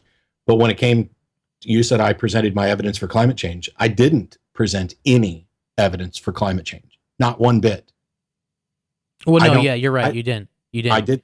You didn't. I simply asked what your position was, and I noted that it is in conflict with what 97% plus of the experts on this say. Now, the experts could, in fact, all be wrong. Right. But that's highly unlikely. So on climate change, I'm citing a scientific consensus of close to 97%. And on the Shroud of Turin, you're citing what I would say has to be less than 3% of the people who would be experts on the subject, because most of them never get to look at this or investigate it. And it's they new, could though. be right. It's new. They could be right, but we don't have sufficient reason for that. And when we talked about all this evidence and what is or isn't convincing, you were not impressed at all by someone pointing out that an argument is fallacious. You wanted to dismiss reason and logic. I think that's an incredibly bad move. And the only thing you offered in place of that was to go by our visceral feelings. Hey, the Bible may be wrong, but God tells us in our heart. Well, we don't all, first of all, it doesn't tell anything in our heart. My heart pumps blood, but I mean, that's academic, and I know what you mean, that there's something in our conscience that tells us that, but not everybody's conscience tells them the same thing. So whose conscience is right? And even if we all had a conscience about something, even if we felt viscerally that this was wrong, there's no reason to think that that visceral reaction comes from a God. Because the only thing I need for a visceral reaction to be repulsed by somebody being slaughtered is to care about my own life. I have to have empathy, to put myself in that person's shoes and say, how would I feel if this were happening to me? Mm. It is empathy that is the motivating driver. Now you can say, yes, God gives us empathy. And then I would say, how do you know that? And we keep going back and back and back, and there's never any justification for this. If I asked you, do you believe that the Earth orbits the sun? I would hope that you would say yes. Mm-hmm. Almost everybody on the planet would say yes. Mm-hmm. And when I asked you why you believe the Earth orbits the sun, you might not be able to go into the specifics of the physics, but you can point to the people who can, and that this is not just a scientific consensus, that it is the cornerstone of, everything we know about astrophysics, et cetera, that it's related to gravity and physics and blah, blah, blah. At no point would you ever say, well, it's just a matter of faith, or God put it on my heart that, no. Yeah. So we're talking about justifying what we believe. And I'm not simply advocating for mere scientism, the idea that science is the only thing that can get us to the truth, because science doesn't say anything about the truth. Science doesn't make proclamations about absolute certainty, and it doesn't make declarations of truth. Science builds models that are the best current explanation of the facts that we have. It is always subject to revision. That is what science thrives on. If you show that some, tenet or current position in science is wrong, you will win the Nobel Prize. You will turn everything on its head. Creationists don't do this. The climate change deniers don't do this. The New World Order conspiracy theorists don't do this. And I know the New World Order is not a tenet of a finding of science. There are, though, the foundations of science, which is reason and skepticism, critical thinking. Even though I can't put God in a beaker and I can't put the New World Order in a beaker, I can evaluate those claims and see if they have met their burden of proof. And they haven't. And the people who claim that they have met their burden of proof, whenever they're challenged on this, ultimately, it drills back to, well, I just feel it. Well, it's personal testimony. Well, you can't deny my experience. Well, God reveals himself to me privately, or it's a matter of faith. Not always. Which would be acceptable from anyone anywhere else. Not always. Give me an example that doesn't drill down to one of those. Well, put it this way. You mentioned the New World Order. New World Order. Alex Jones, he doesn't just say, oh, I feel that the New World Order is here. He's always talking about evidence. He's talking. He's cherry picking things and then interpreting it with a narrative. He's not offering evidence that justifies his burden of proof. He's talking about his suspicions. This is why they're called conspiracy theories. I get that, but I'm just saying that it's not just I feel this all the time. There's always... I was talking about the religious claims. I guess I did include the New World Order in there. But it is about I feel that. This is what Alex feels. This is not supported by findings of political experts and analysis. This is not the finding of task forces to see if there's some Bilderberg... Question. Go ahead. Federal Reserve System. Are you familiar? Federal Reserve System? Have you read Creature from Jekyll Island? Yeah. And you don't believe that? I don't believe what? You don't believe the Creature from Jekyll Island Federal Reserve System? You don't believe that there is this elite, this is what they came together to create the Federal Reserve, which is not federal. I have a lot of problems with the Federal Reserve System. Right. I have a lot of problems with a number of other things. But the elite that you're talking about, yes, the elite that Alex talks about, this kind of skull and bones, Bilderberger, blah, blah, blah. What it really means is that throughout history, there have been families that controlled things and passed it on to their kids, and none of them have ever had a conscience or cared about anybody else. And none of them have ever come forward to expose this. And so what it means is that there's a class of people who are so fundamentally morally corrupt that them and none of their progeny who they pass this on to have ever said, hey, wait a minute, what we're doing is wrong. That's the level of absurdity that you have to believe this conspiracy. You can't even, as more and more people are falling away from religion and church attendance begins to drop, as we see more and more people learning about the world and exploring about the world, the foundational changes in the world are coming from scientific investigation, from coming about people who want to buck authority, from people who want to question everything. And the idea that there's some controlling network where nobody ever grows a conscience. Yeah, but it's documented. They did come together to create the Federal Reserve. Okay. That's all. All right. Cuba, it wrote atheism into the Constitution, and then now they're having a Bible boom. So I guess that goes to show that we're going to continue to have conversations like this. and that there's always going to be believers. I don't think you can ever, you know what I'm saying? It's just one of those types of things. I don't know, Matt. I haven't had one of these types of conversations in a while. I haven't had an atheist on in a while. It's kind of weird. Well, I thought that we had gotten rid of belief in Thor. And as soon as I mentioned that nobody believes in the ancient Greek gods anymore, I got emails from people who claimed that they do, in fact, believe in the ancient Greek gods. So I suspect that you might be right, that we're never going to completely get rid of religion, because we're never going to be, or it's unlikely that we're ever going to be perfect thinkers. We're always going to make mistakes. But what we do know about religions is that they've died off. And the ones that survive are the ones that can be vague enough and emotionally appealing enough and prey on people's fears enough that they maintain a hold. But even those begin to slip. Now, what religions are we going to have in 1,000 years? I don't know. How impactful are these religions going to be on our society in 1,000 years? I don't know. But I think that the trend shows that the impact, of individual religions is likely to taper off. But we could have a massive backlash. The trend may go like this and in spikes, but, I think the goal should be to recognize that we're not going to think perfectly, but strive to do so anyway. Because to not do so is to give up and to essentially hold to the idea that this is hopeless, which I just realized kind of ironically comes back to what you were saying about climate change. Hey, we don't know enough. Let's not do anything. I'm not necessarily sure that anybody's plan is the right one. Mm-hmm. But I would think that it should be obvious, especially to people who accept that there's something happening, that the plans which are best supported by the best minds and the best experts are at least something that we should consider moving forward on rather than sitting on our hands.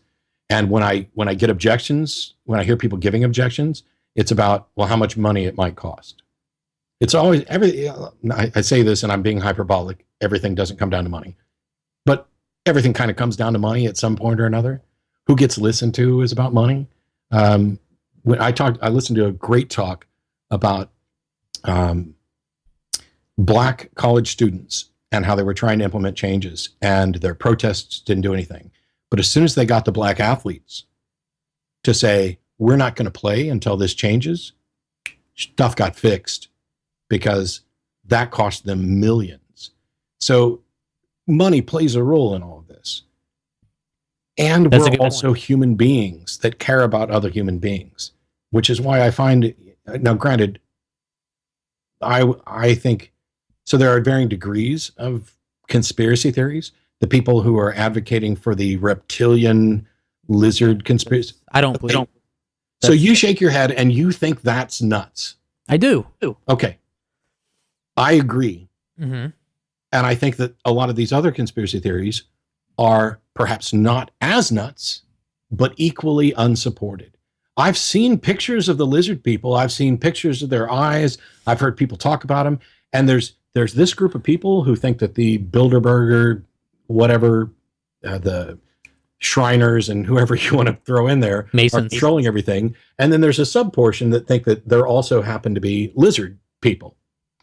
They can both point to pieces of evidence. The question is, have they actually met the burden of proof? If we were put something on trial, you say, I talk like a lawyer. There's a reason. You do. There's a reason for that. Yeah. God has been accused of existing, and I am sitting on the jury, and I find him not guilty because they haven't met the burden of proof. And if I were the district attorney and somebody came to me and said, we want to put God on trial for existing, I would say, you don't even have enough evidence or probable cause to bring a case. You can't make this connection. And that's how I end up, concluding on that and a number of other things. Yeah. Matt Dillahunty, thank you so much for coming on. And, I appreciate it. Check out his website, atheist-experience.com, his show. Sunday, right? Yeah, Sundays from about 4:30 Central till whenever. 4:30. I have never called in your show, but I'm going to try to call in your show. I'm going to try to bring something new. But I thought the Shroud of Turin was new, but I guess I was wrong. So, but I'm still not. You didn't convince me, Matt. But I can understand where you're coming from. I guess that's the best conclusion we can come. I would say this: when you say I didn't convince you, right? I know that I didn't convince you that the Shroud of Turin was a fraud, because that wasn't the case I made. You didn't make that case. That's true. But I didn't convince you that you don't have a good reason to believe it. No, to me, you didn't make that case either. I also didn't convince you that fallacies are important in exposing what you don't have reason to believe. To me, it still feels like lawyered up. It's getting like lawyered up and, getting found not guilty on a technicality. That's what it's not a technicality. It's not like I implemented or cited some obscure law or argued for jury nullification. I'm talking about, logic, reason. I don't, and I'm not trying to be an ass about this, but as you repeatedly just disregarded it as if, oh, it's okay to make a fallacious argument, or that's not actually a fallacy, when it clearly is. Aristotle and his band of merry logicians evaluated all 256 syllogistic forms and demonstrated which of them are valid in structure and which of them are not valid in structure. This is indisputable. This is the foundation of all reasoned thought. You can't make any argument if you don't begin with that. And if you try to make an argument and say, oh, well, yeah, you think you've pointed out a fallacy, but you haven't. Yeah, I don't understand what a fallacy is. Yeah, I just feel that way. I do. Because you know why? Because people don't communicate that way, Matt. Well, they don't communicate that way. Do you care about whether or not what you believe is true? Well, yeah, I do care about that. Okay, then why wouldn't you strive to find the best way to make sure that what you believe is true? Sure, but I don't know if that. Then why are you distancing yourself from logic, which is without question the single most demonstrably reliable pathway to determining whether or not your argument is good enough? I don't know that that's true. What you just said about logic. That's why you need to research this, because this is. Of everything that we could possibly discuss, it's the most important thing. And the very idea that logic could be disregarded and that any conversation could still be had with any hope of finding out whether or not your belief is reasonable or true is, beyond bizarre. It is. Well, you're not going to find a philosopher on the planet, including Christian philosophers, who would agree with that position. Even William Lane Craig is going to tell you this is a fallacy, and here's why fallacies are important. These people understand this. And when you say that I just don't feel that way, what you're doing is saying, I don't actually care about whether or not my beliefs are reasonable. I care about whether or not I feel like they're reasonable, and those are two different things. I will look into the logic. I can't talk about it because I don't know much about it. And that's fair. So what I'll try to do is I'll look into that, and maybe I'll bring something to the table, and I'll call in. All right. Thanks. Thanks, Matt Dillahunty. Take care, and thanks for listening. Take care, and God bless.